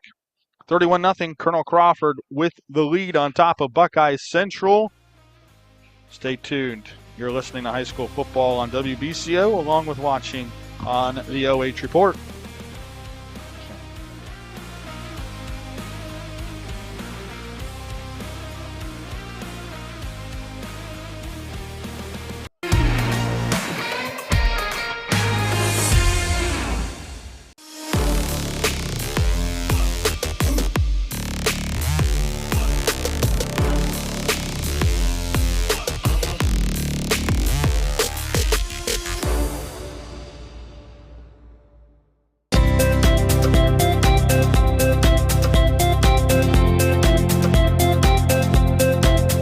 I'm Josh with Scout Construction, proud sponsor of local teams and athletes.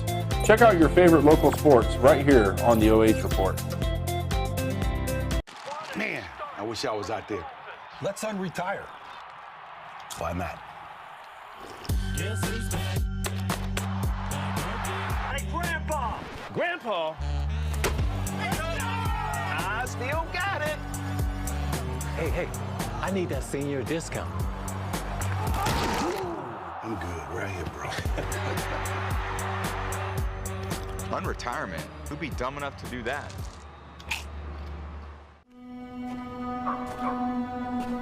We toil. We sweat. We live. We breathe. We ache and cry and laugh and bleed. We dance. We play. We love. We nourish. We yearn and wish and hope and cherish. We mend We heal. We repair. We sow. We love this land. It's what we do. Take a look at all the action from Friday Night Football right here in North Central Ohio with great analysis, highlights, coach interviews, and so much more every single Friday night right here on the OH Report.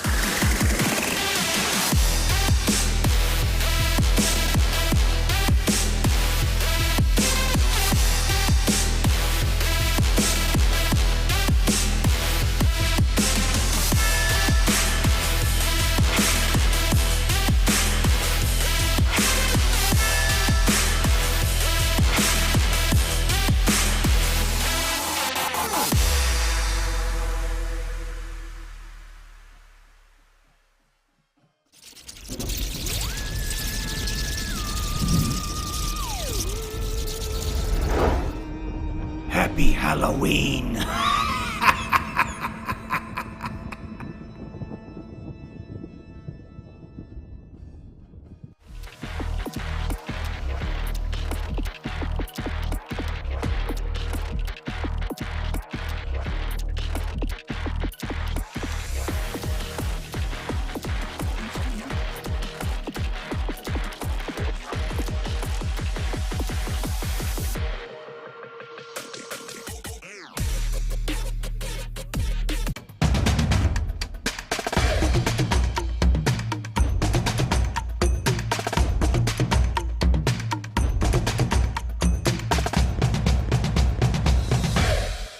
Committed to honoring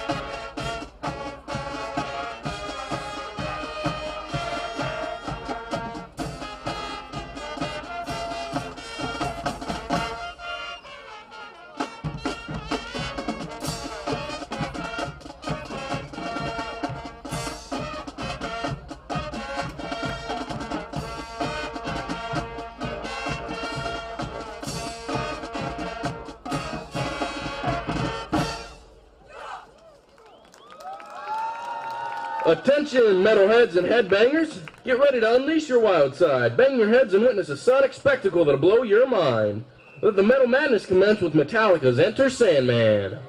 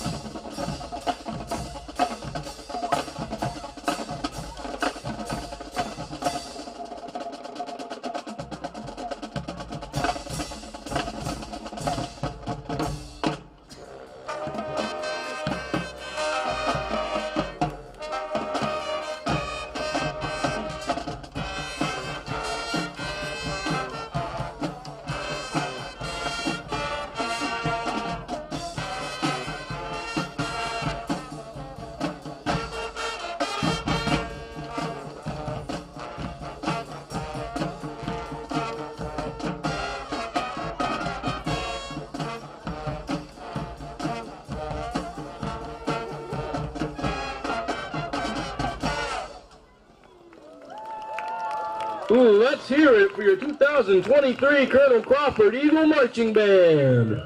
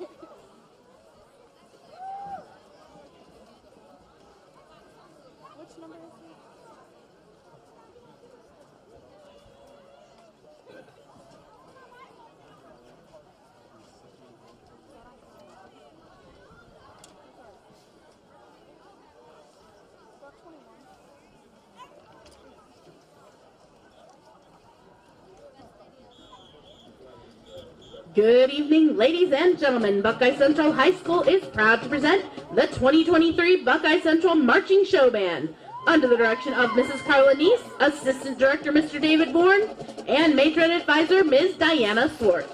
Tonight, the band looks back fondly on many a Friday evening spent together under the Friday night lights, with a nighttime themed senior halftime that's sure to bring you sweet musical dreams. Together for the last time on their home field, please welcome to the field your 2023 Buckeye Central Marching Show Band. Opening tonight's show, marching to a drill written by Georgia Deesh and Melania Auk to the tune of Some Nights.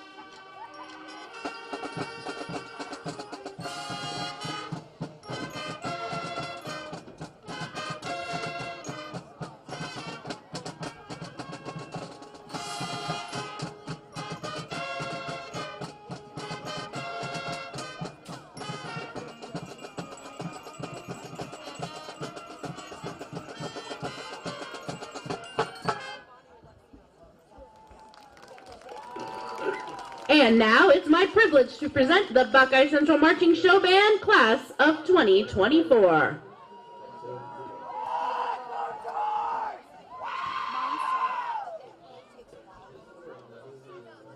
Aubrey Snyder, Jaden Smith, Georgia Deesh, Melania Auk, Manuel Sparks, and Kaylin Diekman.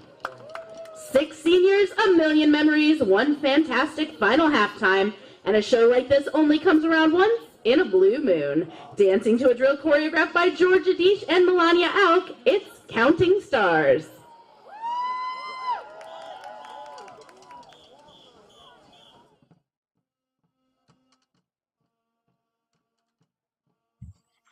Back here on WBCO, along with the OH Report, Jared Moore alongside Tim Byrie. 31-0, Colonel Crawford leading Buckeye Central here at the half. And,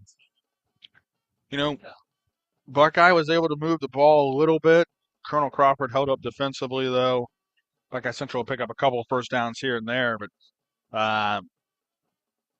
and then Buckeye has also held a couple stands against that Colonel Crawford offense. And Buckeye Central was playing inspiring football there in that first half, but the depth of Crawford, the physicality of Crawford, and Buckeye has a hard time kind of matching up with that, and that's why we're at a 31-0 game. Well, yeah, it'll be interesting to see how Buckeye Central comes out of the locker room to play.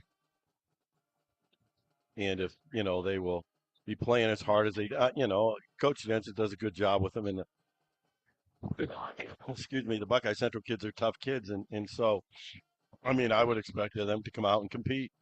But at the same time, it's, this Crawford crew is a good football team, and they're big. And as you said, they're wearing Buckeye out. But it's all about consistency. That Crawford's defense has decided, especially tonight with these guys, to say, look, here we'll do it. Here's what we're going to do. We're going to let you throw the ball in front of us, maybe get some completions. But the bottom line is we don't think you can throw the ball consistently enough and complete. If you throw 20 passes in a half, that you can complete 17 or 18 of them and keep the sticks moving. So they've gotten a couple first downs, and then they've bogged down, either, a drop, an inaccurate pass, whatever it might be, and then they give the ball up. And it's the same on defense. They get a couple stops and look like they're in good shape. But then the very next series, Crawford has 3 runs for a touchdown and a touchdown where guys aren't touched. That's where when you don't have those long, sustaining drives, and then Crawford comes back, and like you mentioned, untouched, 2 plays, boom, they're in the end zone. Crawford with 9 first downs compared to Buckeye Central's 6. The passing yards obviously pretty even, but Buckeye Central's aired it out a lot more. Well, Buckeye's 9 for 20. Mm-hmm. And Colonel Crawford, on the other hand, is, I believe, 4 for 6. But they hit that one long one.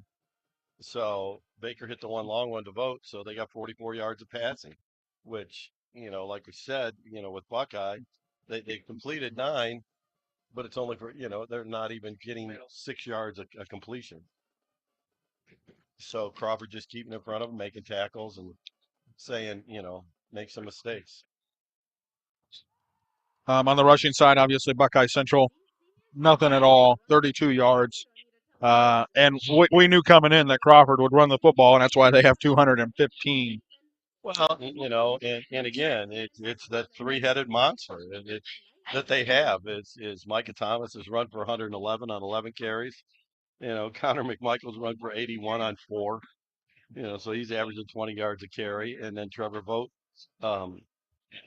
yards per carry is the weak link tonight, because he's carried the ball 6 times, but only for 23 yards.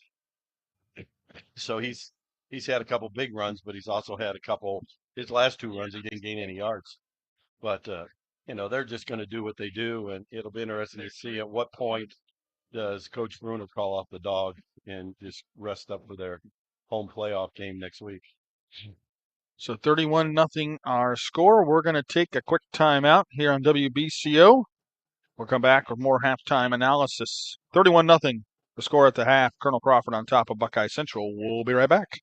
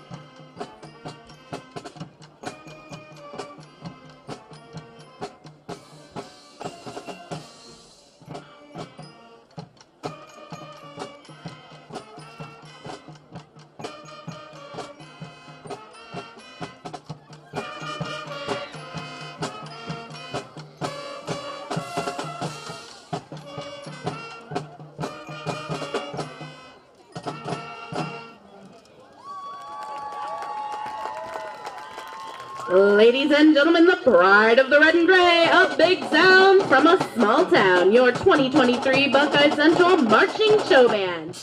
As always, the band thanks you for your kind attention and unfailing enthusiasm. Sending a shout out to Blaze and Eva.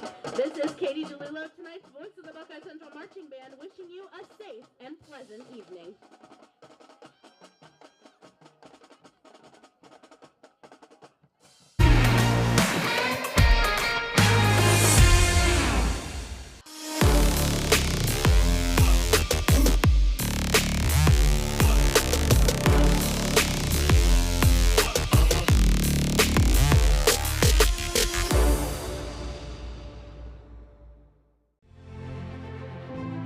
Farmall. 100 years of can-do. 100 years of milestones. 100 years of family. Generation after generation, its legacy lives on. The one for all since 1923.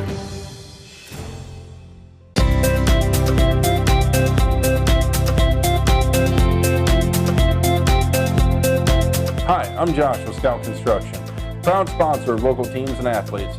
Check out your favorite local sports right here on the OH Report.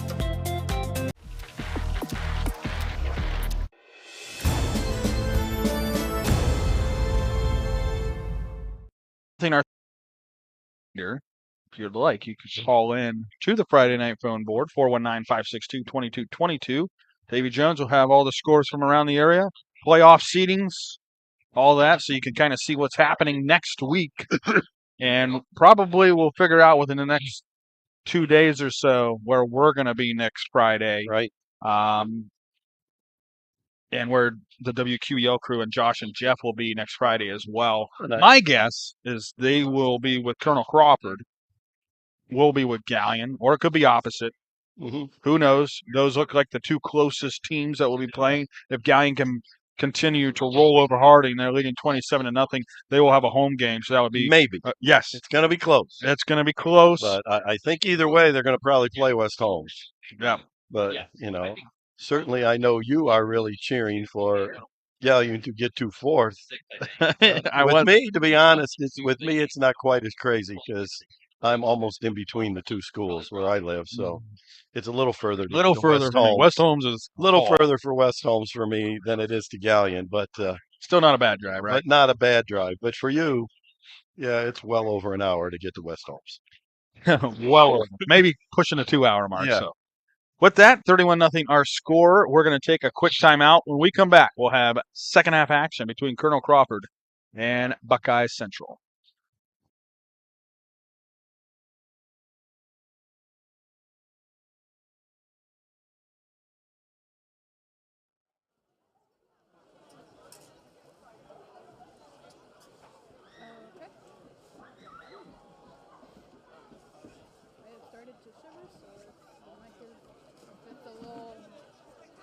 I'm really sorry.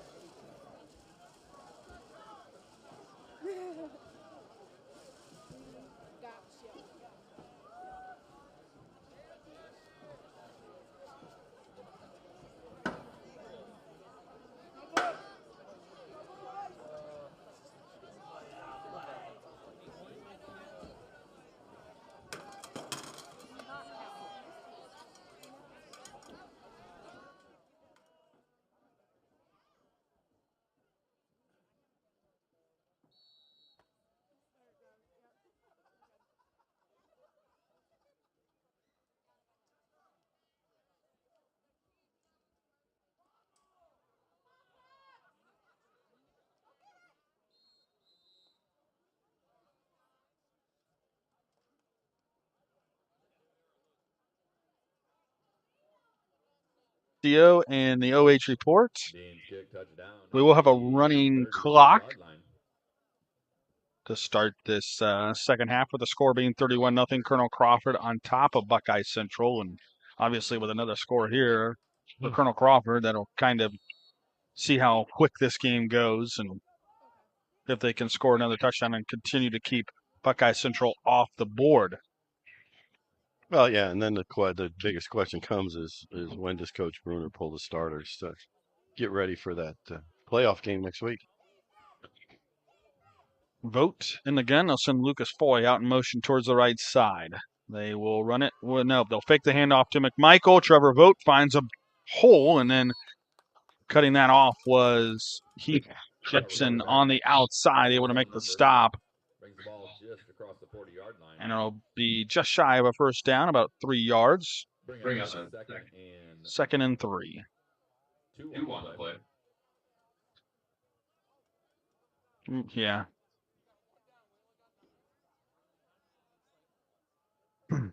Yeah, this play they ran a couple times right towards the end of the half before they kicked the field goal, where he's faking it one way and gets a couple guys, pull a big lineman pulling out in front of him, and away they go. Fake it again. Vogt the left side this time. Finds another seam. He's gone. Down the sideline. One guy to beat.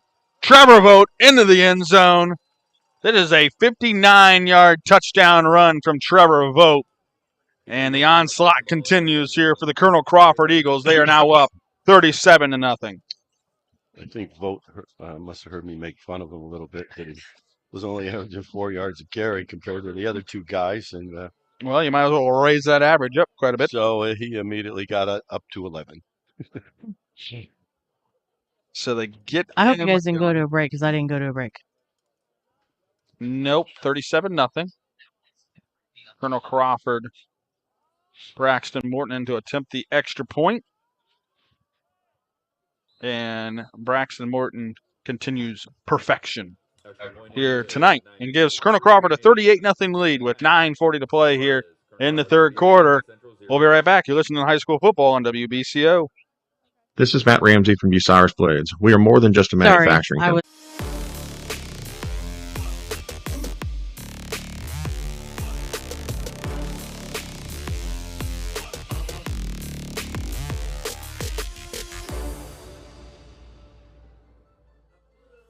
Take a look at all the action from Friday Night Football right here in North Central Ohio, with great analysis, highlights, coach interviews, and so much more every single Friday night right here on the OH Report.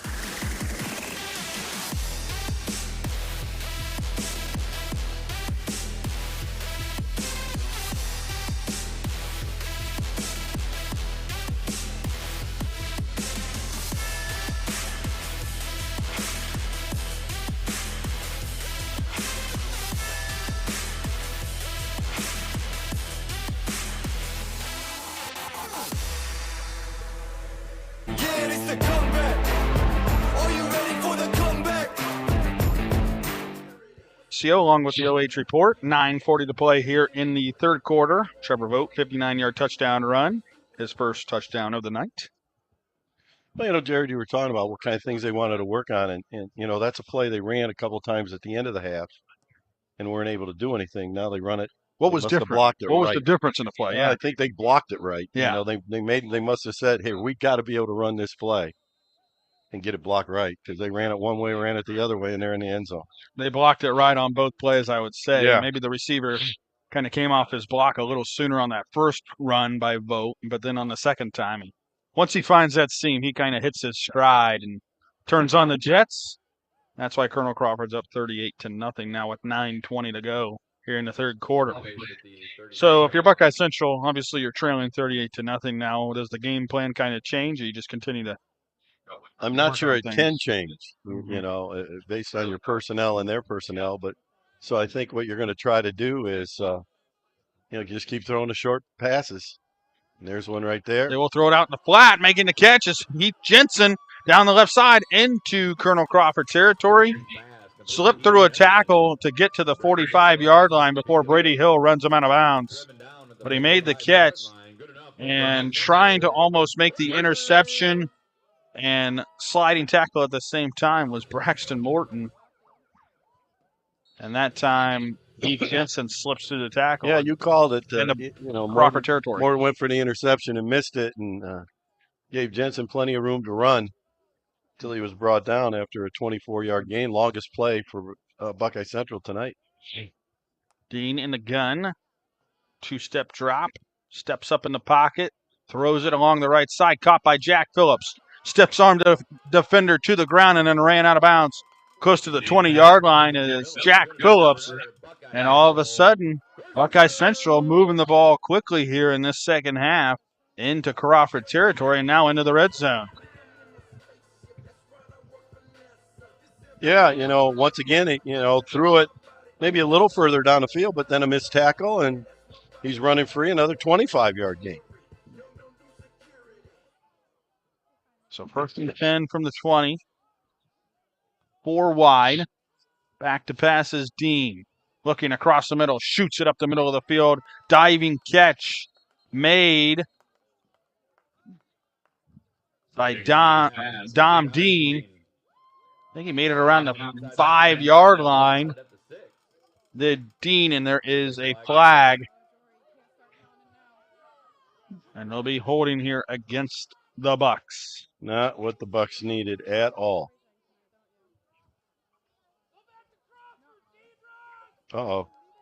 Now we got some. Uh-oh. You got some hecklers. You got a little heckling going on here. I think they probably figure they're up 38-0. Why call it, right? Someone disagreed with the call from the bleachers. They are questioning what school district these refs are from. Do you know, Tim? No. I tried not to know that. How often do you think that truly factors in? I mean, you were a coach for a long time. Do you think it does? As Dean throws it long down the right side and through the back of the end zone? Not at all. Not at all? No. Not a factor at all? No. Nothing to do with it. I don't, In fact, I think usually the opposite's true. When a guy... Maybe they call it a little bit the other way to make sure they're not... Yeah, we had, I remember one playoff game. We had a guy on the game it was a Final Four game. And one of the refs was a guy I coached, I taught, and played at Fredericktown. So you expect a little home cooking, right? And he was just a great ref. So, yeah, we didn't get any calls, but I don't think he did it the other way either. Pass complete to Dom Dean, who turns it up inside the 25 to the 23. Down to the 23-yard line. Make that the 22-yard line.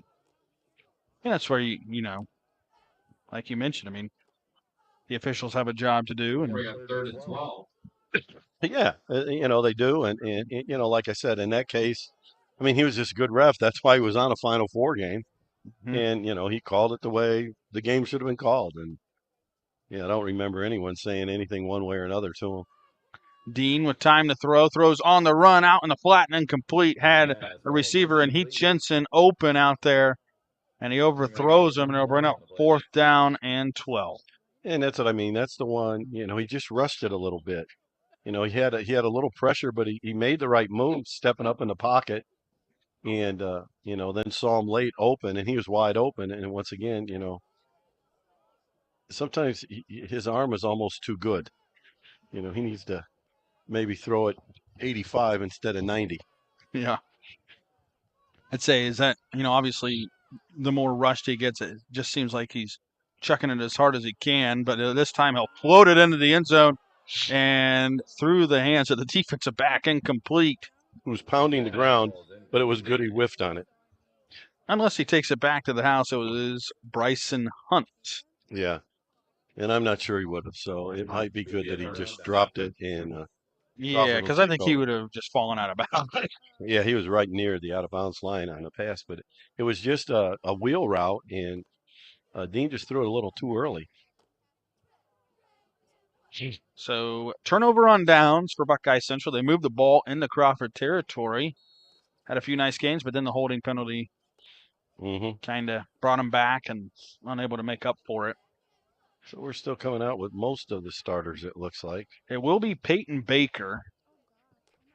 And I think Vogt's done for the night because Vogt's not playing wide receiver. Yeah, he's standing over there on the sideline, I believe, and they will run it with McMichael, who zigs and zags his way across the 25, still continuing to push the pile close to a first down to the 30. He'll be about a yard shy.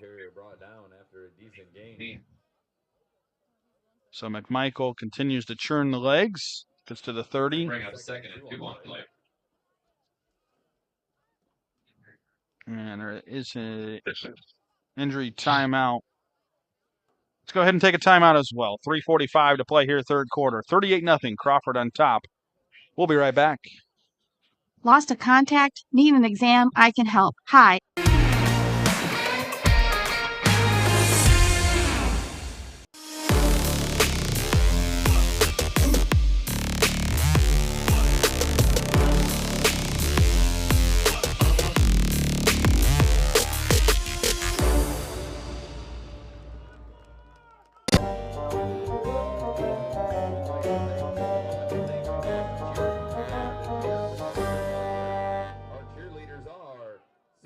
WBCO and the OH report. 38-0 our score. Colonel Crawford on top. 3:45 to play here in the third quarter. With that running clock, I mean, it just continues to churn here. Well, and that's exactly what Coach Bruner would like to happen. And as we said, he's brought Baker in to play quarterback and got Vogt out of the game. And I have a feeling in the next, and might even be during this series, he may get both running backs out of here too. McMichael on the carry, bounces it outside, stiffs arm his way close to a first down, picks up the first down, and continues to drive the legs again before he's shoved out of bounds at the 35-yard line. But Connor McMichael picks up that first down for Colonel Crawford. Well, you know, you wonder what coaches think as you're playing Colonel Crawford. You look over there, they got a bazillion guys playing football. And then, you know, they bring in, you know, they got McMichael back there as only a sophomore. And a really good sized sophomore at 6 foot and 195 pounds and fast. And just doing a great job, even though he's not the number one ball carrier for them. And it just seems like lately, it's almost turned into they just read it's one or the other, you know. It will be McMichael again along the right side. Cuts it back inside. He might be gone. McMichael down the middle of the field. And McMichael from 65 yards out. That'll bump up his average. Yeah. So he's now at 159 yards and 7 carries. So over 20 yards a carry again tonight. Well, his speed is just so deceiving. I mean, he makes good cuts. He seems to have great vision. And then, you know, he just gets in between those two guys, and there's no catching him. The only one guy got a little close, but otherwise, the closest guy to him was Micah Thomas. So Colonel Crawford now with a 44-0 lead, trying to make it 45. And we do have a new field goal kicker in, and it is up and good. And 24? Leave the number. Joseph Zizzo, and that would be correct. Kicks the extra point. Didn't seem to get the backup kicker in. Didn't seem to get the height that the starter gets. It's kind of crazy how long Braxton Morton has been kicking field goal for Crawford. It seems like he's been there for 6 years. But that we mentioned it pregame, we mentioned it halftime, during the game. You don't know how much of a key that's going to play into the playoffs. You can have a field goal kicker who can boot a 40-yard field goal for you. That could play a huge advantage when there's a bunch of teams, especially, you know, Division 6, Division 7. They don't even have a field goal kicker. Oh, yeah. Well, that's that's where it comes into play. That's what's crazy about it. Yeah. Some of these teams, you know, they barely can punt. They barely can kick off. You know, it's like, again, because it's especially at the smaller schools. Those bigger schools. I mean, I know and all those years ago, it was 40 years ago when I was coaching in Cincinnati, all of our kickers, not our punters, but all of our kickers were from the soccer team. you know, and they would come over. They would come on Mondays and Thursdays in practice and then play in the games. And the rest of the game, they played soccer. Zizzo kicks it off. And Buckeye Central runs it up to the 35. Isaac Kyler on the return there for Buckeye. They'll take over 45-0 Crawford with the lead. 1:10 to play here in the third quarter. Yeah, and the clock's moving fast as you know, they just stop it to set the ball between touchdowns and then they crank it up again. And I'd like to say I am very sorry to the people that are listening to this that I keep coughing, but I have managed to get a fall cold or sinus infection. That's that time of year where it just happens, you know. Buckeye Central on the run here. It was Heiler on the carry to the 39. Yeah, I thought once I retired for teaching that those days were over. I wouldn't get as sick from all the children who would come to class with some kind of, but yeah. But I've managed to get one. Second down and 6. They'll keep it on the ground. Heiler drags the pile close to the 45 and close to a first down. That might be the last play here of the third quarter. It'll be third down. Nope, first down. They give him the first down to the 45. Regardless, that'll take us to the end of the third quarter. 45-0 Crawford on top. Stay tuned for quarter number 4. You're listening to high school football on WBCO along with watching on the OH Report. The referee.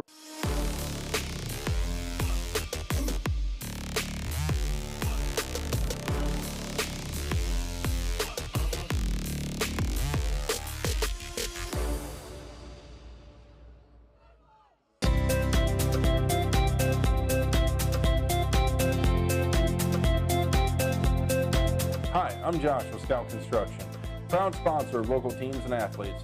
Check out your favorite local sports right here on the OH Report. Yeah, it's the comeback. Are you ready for the comeback?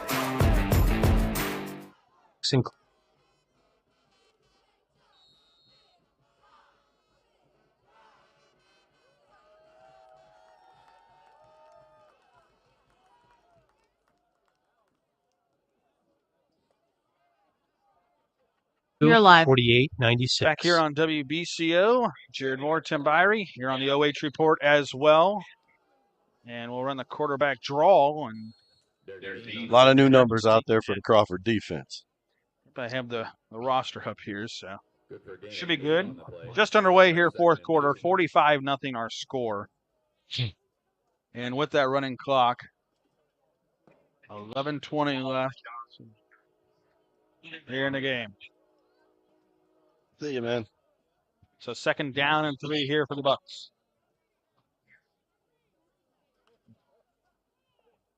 Dean swings it out wide. Catch made off the shoe tops by Heath Jensen.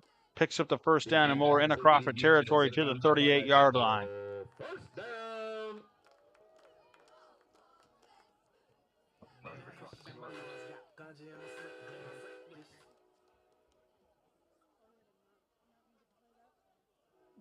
And I mean, if you're Buckeye, you really with the numbers, you don't have the option to substitute many players. No, not as many as these guys do. So, and that's okay. Let them have a little success.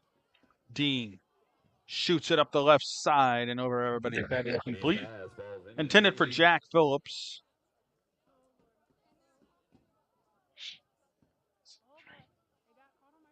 Yes. This one.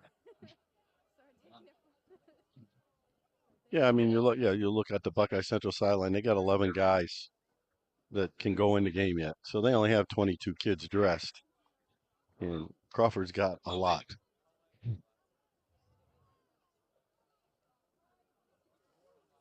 Hey, 2nd down and 10 here for Buckeye. Dean, 4-step drop, shoots it up the left side, catch is made and spun down. Short of the line to gain is Heath Jensen. He'll get to the 30, be about a half yard short. 7 catches for Jensen. He's having a nice night. 9:23 to play here in the game. 3rd down and 2. So again, they'll spread it out. Heiler to the left of Dean in the gun. Dean will take it on the quarterback draw himself, pick up the 1st down, and fall forward to the 26. Coach's corner coming up this week. We'll get to that here in a second as Buckeye moves the chains, and they're going to hurry up and get set at the line. Dean, again, 4-step drop, steps up in the pocket, eludes a sack, and then catch made inside the 5 by Dom Dean. They'll mark him down at the 5, and it'll be 1st and goal here for Buckeye Central. Brought down near the 5-yard line. Ball be played at the 6. 1st and goal. We'll see if Buckeye Central can avoid the shutout and punch this one in with 8:20 left in the game. Yeah, did a nice job of scrambling, threw it to his brother up the field. And Dom Dean showed great hands, caught it in his hand, didn't get the ball up against his body, and I might throw the ball behind the guy again. Yeah, finds it behind the receiver and Daniel on a slant route.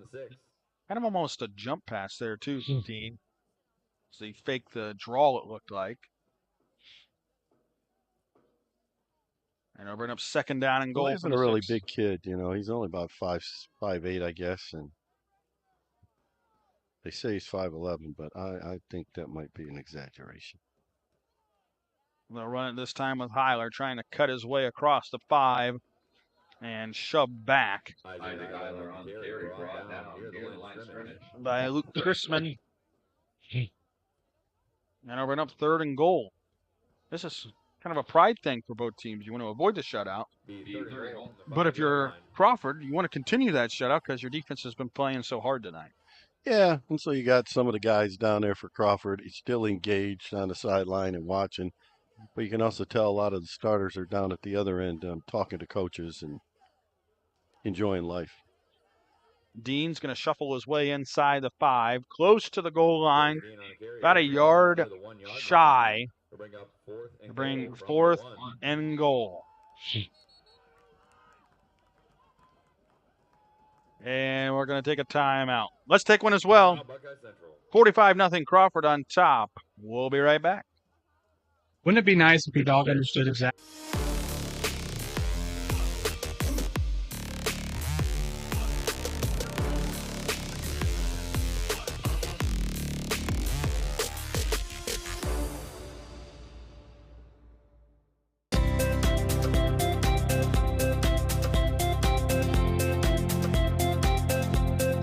Hi, I'm Josh with Scout Construction, proud sponsor of local teams and athletes. Check out your favorite local sports right here on the OH Report. Central with 6:47 to go is the OH Report as well. 4th and goal here for Buckeye Central from the 1. What are you expecting here from Buckeye? Oh, I would imagine they'll just run the court. Well, they could run Heiler again on one of the dives. He seems to be a pretty strong back. And, he weighs 218 pounds, so he's good size. They're going to hand it. That's Heiler exactly dives into the end zone. Touchdown, Buckeye Central. They avoid the shutout, and they're on the board. Isaac Heiler with the 1-yard run.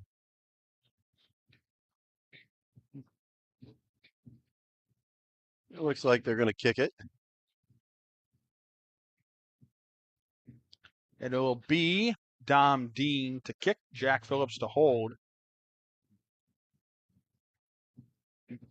Dom Dean, one of the few straight-on kickers still left in football. Line drive kick is underneath the goalpost. No good. So with 5:51 remaining here in the game, Colonel Crawford 45 and Buckeye Central 6. We'll be right back. This is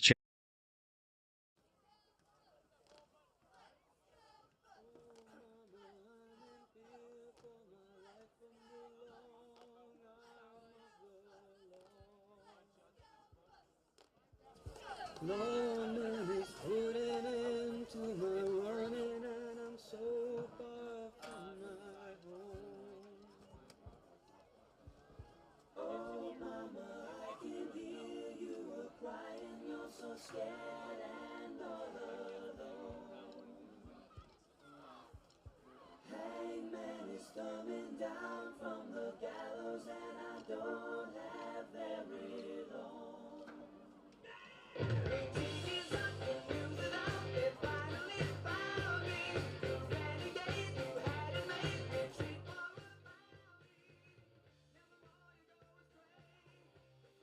here on WBCO along with the OH report. Jared Moore, Tim Byrie, 45-6. Colonel Crawford on top of Buckeye Central, and with 5:51 to go on a running clock, this could be our final drive of the game. Yeah, The regular season. You know, boys, it went fast, hasn't it? Can't believe it's week 10 My goodness. already. What do we got? A timeout here? Well, when you start it in the middle of the summer, you know, now so we can get all these playoff games in. It's a grind for sure, and it's, you know, I'm sure a lot of basketball coaches in the area are obviously happy that they football season coming to an end, and it's just crazy how basketball's right around the corner. Oh yeah, and you know, I think they start practice here in another. Girls probably start within a couple start, weeks. I think this week or next week. Okay. And then I think the boys start the week after. Crazy how fast it goes, and then we'll feel like we're moving right into the baseball season. You know, and then but it's amazing because you get a school like Crawford. I mean, they've been in the playoffs year after year, but it seems like the last 5 or 6 years, and you know, with winning some games, and so you know they start basketball practice late, but then they have a great basketball season. Coach Sheldon obviously does a great job and has just become accustomed to the late starts. Tom Dean kicks it off, end over end. Good kick. Lucas Foy fills it inside the 10-yard line here for Crawford. Goes up the left hash. Now tries to bounce it outside, and he's dragged down at the 25. Great kick coverage there for Buckeye Central. Now Crawford with the football with 5 minutes and 33 seconds left here in the game and a 45-6 lead. And Coach's Corner hits the road for bonus sports coverage over the next few weeks. Check out these Coach's Corner highlight interviews on CrawfordCountyNow.com under the sports tab. Next live show will be this week, October 25th.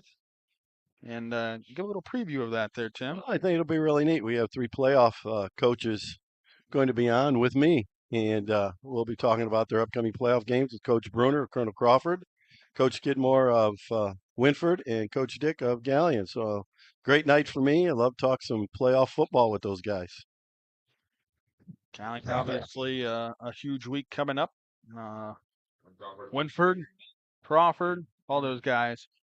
And we'll have coverage as long as they are in the playoffs. And timeout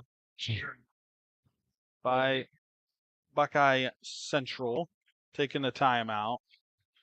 And I think this is kind of just to get those seniors one last ovation here before they come off the field. Yeah, that's a great move by Coach Jensen. Call timeout. Let the seniors get a little recognition here, and you know, you give them a lot of credit. You know, they don't have a lot of seniors. You got like 7 or 8, but you know, they've stuck with it for 4 years. You know, a lot of guys would bail because they haven't had tremendous success. You know, and you know, and part of the problem is they just don't have the numbers that are needed to get it going. And so if you don't have like one senior class that goes through with 11 or 12, 13 guys at these smaller schools, it's just very difficult to get your program going again. And nice embracement there from Coach Jensen and his son Heath. Obviously, come out the field one last time. You don't realize how fast it truly comes to an end. So 3rd down and 5 here for Crawford.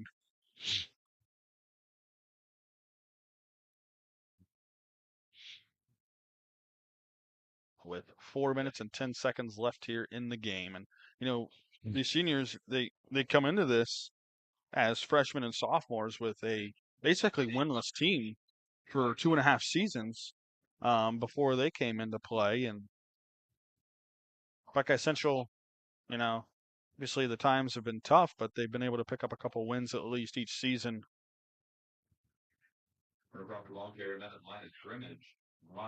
So no gain here on the play for Crawford. Will bring up 4th down and 5. See Coach Bruner going to do. You know, let's see if these guys are even capable of punting it that he's got in. So I don't know if he's got a JV punt team. He may just be going for it and getting it. On the ball, keep it on the ground. Yeah. 4th and 5. Trevor Vogt is their punter, but he's not coming in. Peyton Baker in at quarterback, and they get Buckeye to jump.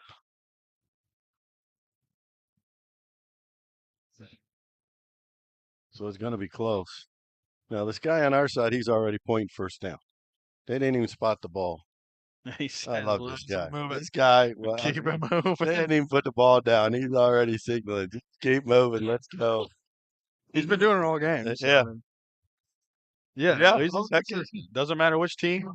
Yeah. Does it for both. Yeah, it didn't matter which one, boy. But he is very, very liberal with his spots. So 1st and 10 here for Crawford with under 2 minutes and 30 seconds left in the game, and they'll keep it on the ground up the middle. Gain of 6 or 7 yards here. Gain 8 on the play.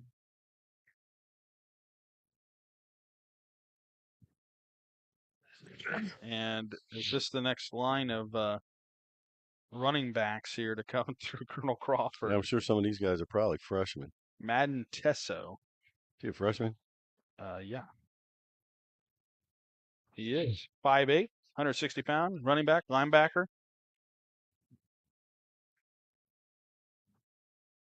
They got a couple different guys in there, I think. Let's see who gets to carry this time. It will be Tesso again, carrying it close to the 1st down. The official on this side will give him a huge They gave him an extra 2 yards, it looked like. He believes in it's a 9-yard 1st down. He says we're just going to keep it moving. We are. Yeah, we're not stopping the clock for anything at this point. Well, like you said, you know, you can deal with it as a coach because he's consistent as can be. I mean, they get anywhere near close to the line. I think, yeah, at this point, it doesn't really matter. He's already swinging that arm and pointing. Move the sticks. So under a minute to play now here in the game. Reminder to tune into the Friday Night Phone Board on WQEL with Davy Jones getting the carry here for Crawford is Bryson Hunt, who makes a nice turn upfield. And again, well, nope, the official keeps it just a yard shy this time. That's a first right there. Yeah, that should have been a first down. How could he not give him a 1st down? If you're within a yard, that's on. He made the 9 yards. Come on. All right, now Coach Bruner. I don't think Coach Bruner's. Oh, he called timeout. Or no, they're gonna just. Yeah. No, they're just calling a team over and letting the clock run. I think at this point, Buckeye obviously just declines the penalty, and the clock doesn't stop regardless. So, all right, the official throws the flag. Is what it is. Game over. And our final score: Colonel Crawford 45, Buckeye Central 6. Crawford moves to 9-1 on the season. Buckeye Central falls to 3-7. Buckeye Central season will end here tonight. Colonel Crawford advances to the playoffs, where they will host a playoff game next Friday night. We'll come back and wrap this thing up here on WBCO and the OH Report.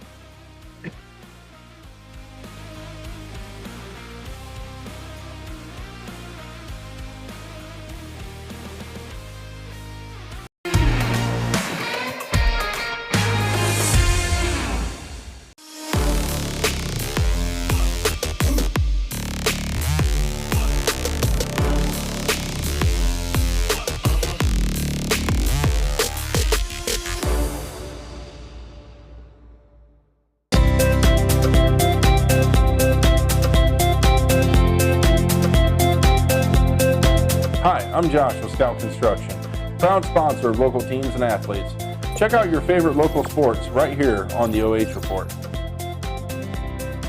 Man, I wish I was out there. Let's unretire. Why not? Guess who's back? Hey, Grandpa! Grandpa? I still got it. Hey, I need that senior discount. I'm good right here, bro. Unretirement? Who'd be dumb enough to do that?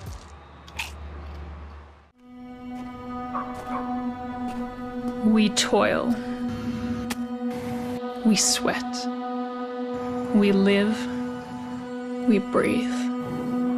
We ache and cry and laugh and bleed.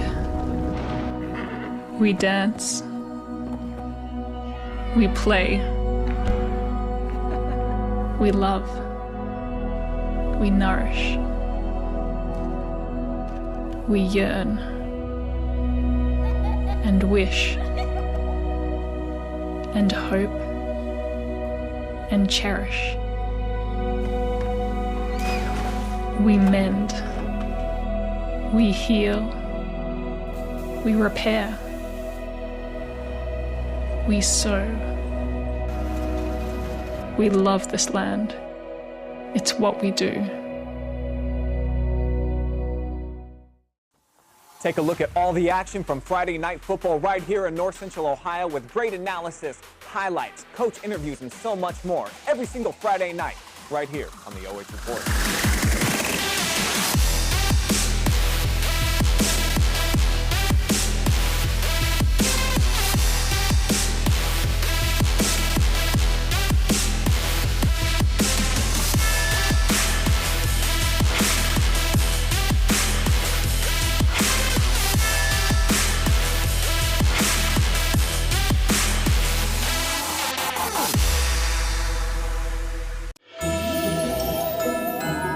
Fiery.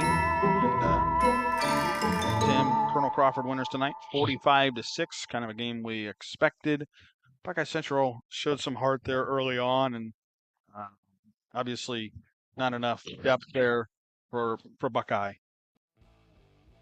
But Colonel Crawford with a huge first half with 4 rushing touchdowns. They had the running clock going to start the second half, and Buckeye Central really couldn't even attempt to come back with that running clock. Yeah, they only had their starter. Crawford had their starters in them for two series, and they scored on both of them and got the starters out, let the other kids play.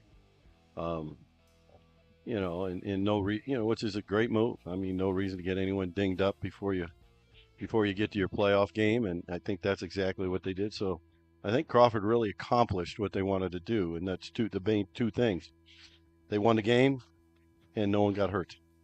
And so they'll have their full complement of players next week with whoever they play. And so they're going to either end up in a second or third position. So they'll either play a 15 or a 14. And right now, I think that's Mapleton and who else? There's Lakota. Yeah, Lakota. Paulding, Mapleton, Margaretta, Seneca East. So they're all in the 4 to 6 point range. Yeah. So a lot depends on what happens tonight to some of those teams. Yes, and that definitely, obviously, a couple home games for them. That plays huge for Crawford. They're not going to have to travel those first couple of weeks. Yeah. And what could be long travel times that first week? Well, and especially. And so that's already one of the questions I've been thinking about for Wednesday night is, with the expansion of the playoffs, some of these trips get a little crazy, especially if you're one of the real low seeds. You may be traveling, 2.5 hours to get to your game. All right, you want to go ahead and go over some of those final stats? Yeah. Some things fairly close, and then other things were what you expected it to be. For Buckeye Central, they ended the game with 10 first downs. They only ran the ball 17 times for 60 yards, and I believe they were led by Derex Dean, who had 36 yards on 10 carries. Isaac Hillier scored the touchdown. He 19 on 5. And Dominic Dean, which to me was a surprise, he only ran the ball real early in the game, one time, gained 5 yards, and never ran it again. And throwing the ball, Derex Dean ended up 15 of 31 for 144 yards. No touchdowns, no interceptions, which was a good thing. And Bucks ended up with 5 penalties for 35 yards. No turnovers for either team, actually. For Colonel Crawford, they ended the game with 14 first downs, ran the ball 32 times for 384 yards. So, you know, they're doing it at about 11-yard clip. So, and they had some major big plays. So, and you know, that's what ended it up with. That's why you only have 14 points or 14 first downs and 45 points, and then.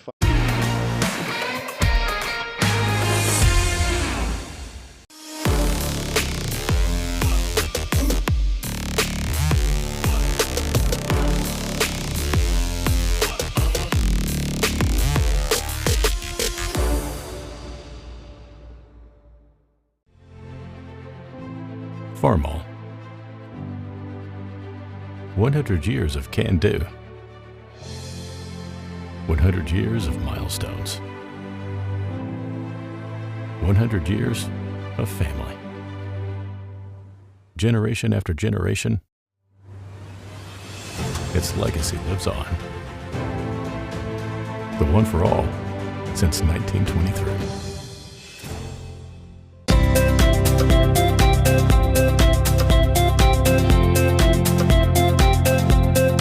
Hi, I'm Josh with Scout Construction, proud sponsor of local teams and athletes.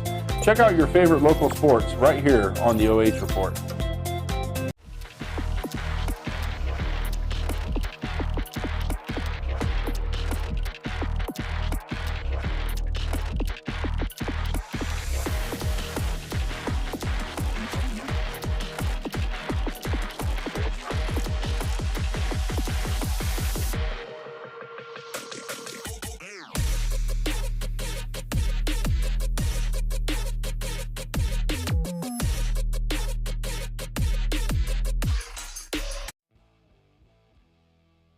All right, Trevor, how are you tonight?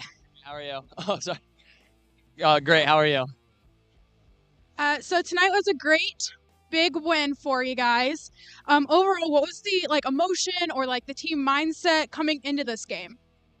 I mean, we just have to play every game the same. We can't take our foot off the gas pedal at all.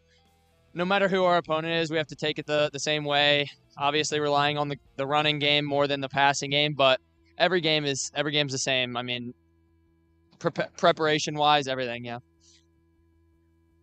So we're going into playoffs next week. What are you most excited for? I mean, obviously last year, beating Cary in the playoffs, that was pretty great. So maybe a chance at that. But other than that, just obviously making as big of a playoff run as we possibly can with my boys for one last season. Lots of emotion senior year, right? Yeah. So with you guys ending 9-1 in the regular season, what do you and your Eagles have to keep doing, or are there things that you guys are planning on changing for upcoming playoffs next week?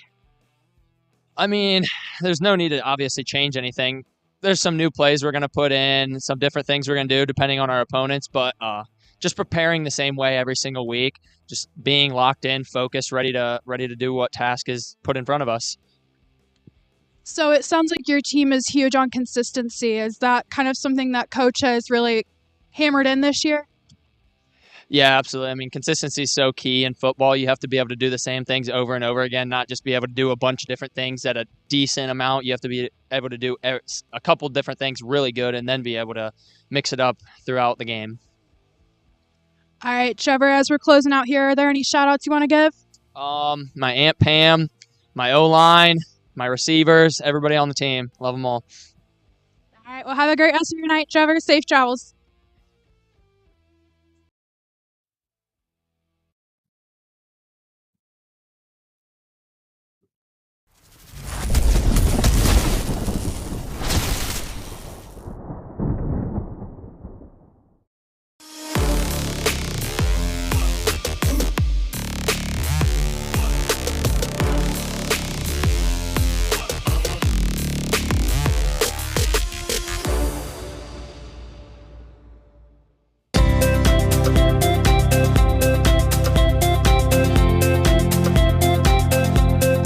Hi, I'm Josh with Scout Construction, proud sponsor of local teams and athletes. Check out your favorite local sports right here on the OH Report. Man, I wish I was out there. Let's unretire. Why not? Hey, Grandpa! Grandpa? I still got it. Hey, I need that senior discount. I'm good right here, bro. Unretirement? Who'd be dumb enough to do that?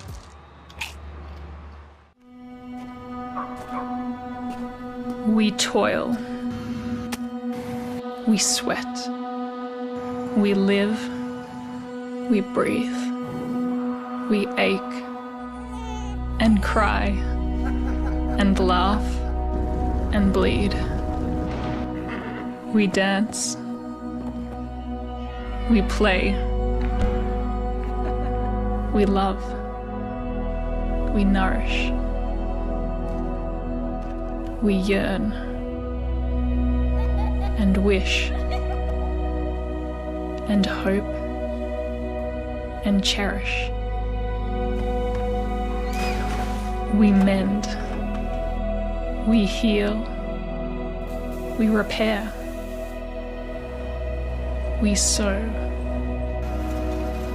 We love this land. It's what we do. Take a look at all the action from Friday Night Football right here in North Central Ohio with great analysis, highlights, coach interviews, and so much more every single Friday night right here on the OH Report.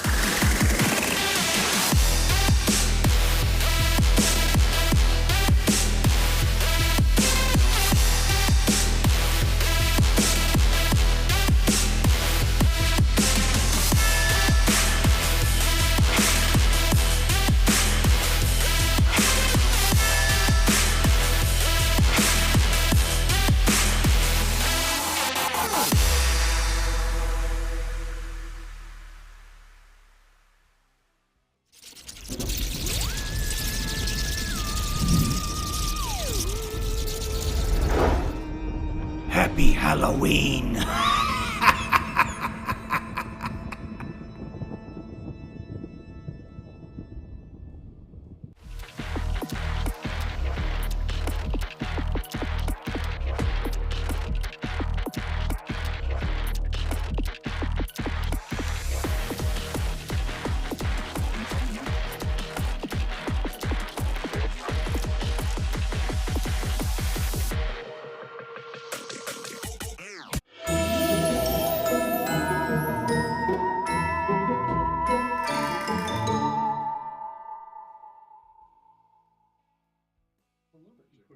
All right, ladies and gentlemen, thank you so much for joining us on the OH Report for the Buckeye Central versus Colonel Crawford football game.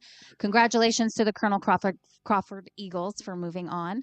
And good luck, Buckeye Central. You know, good team, good end of season. So I just want to wish everybody a warm night in their cozy homes. Thank you guys so much for watching. Want to give a shout out to all of our sponsors who made tonight's football game. I am not usually on the mic, so don't mind me.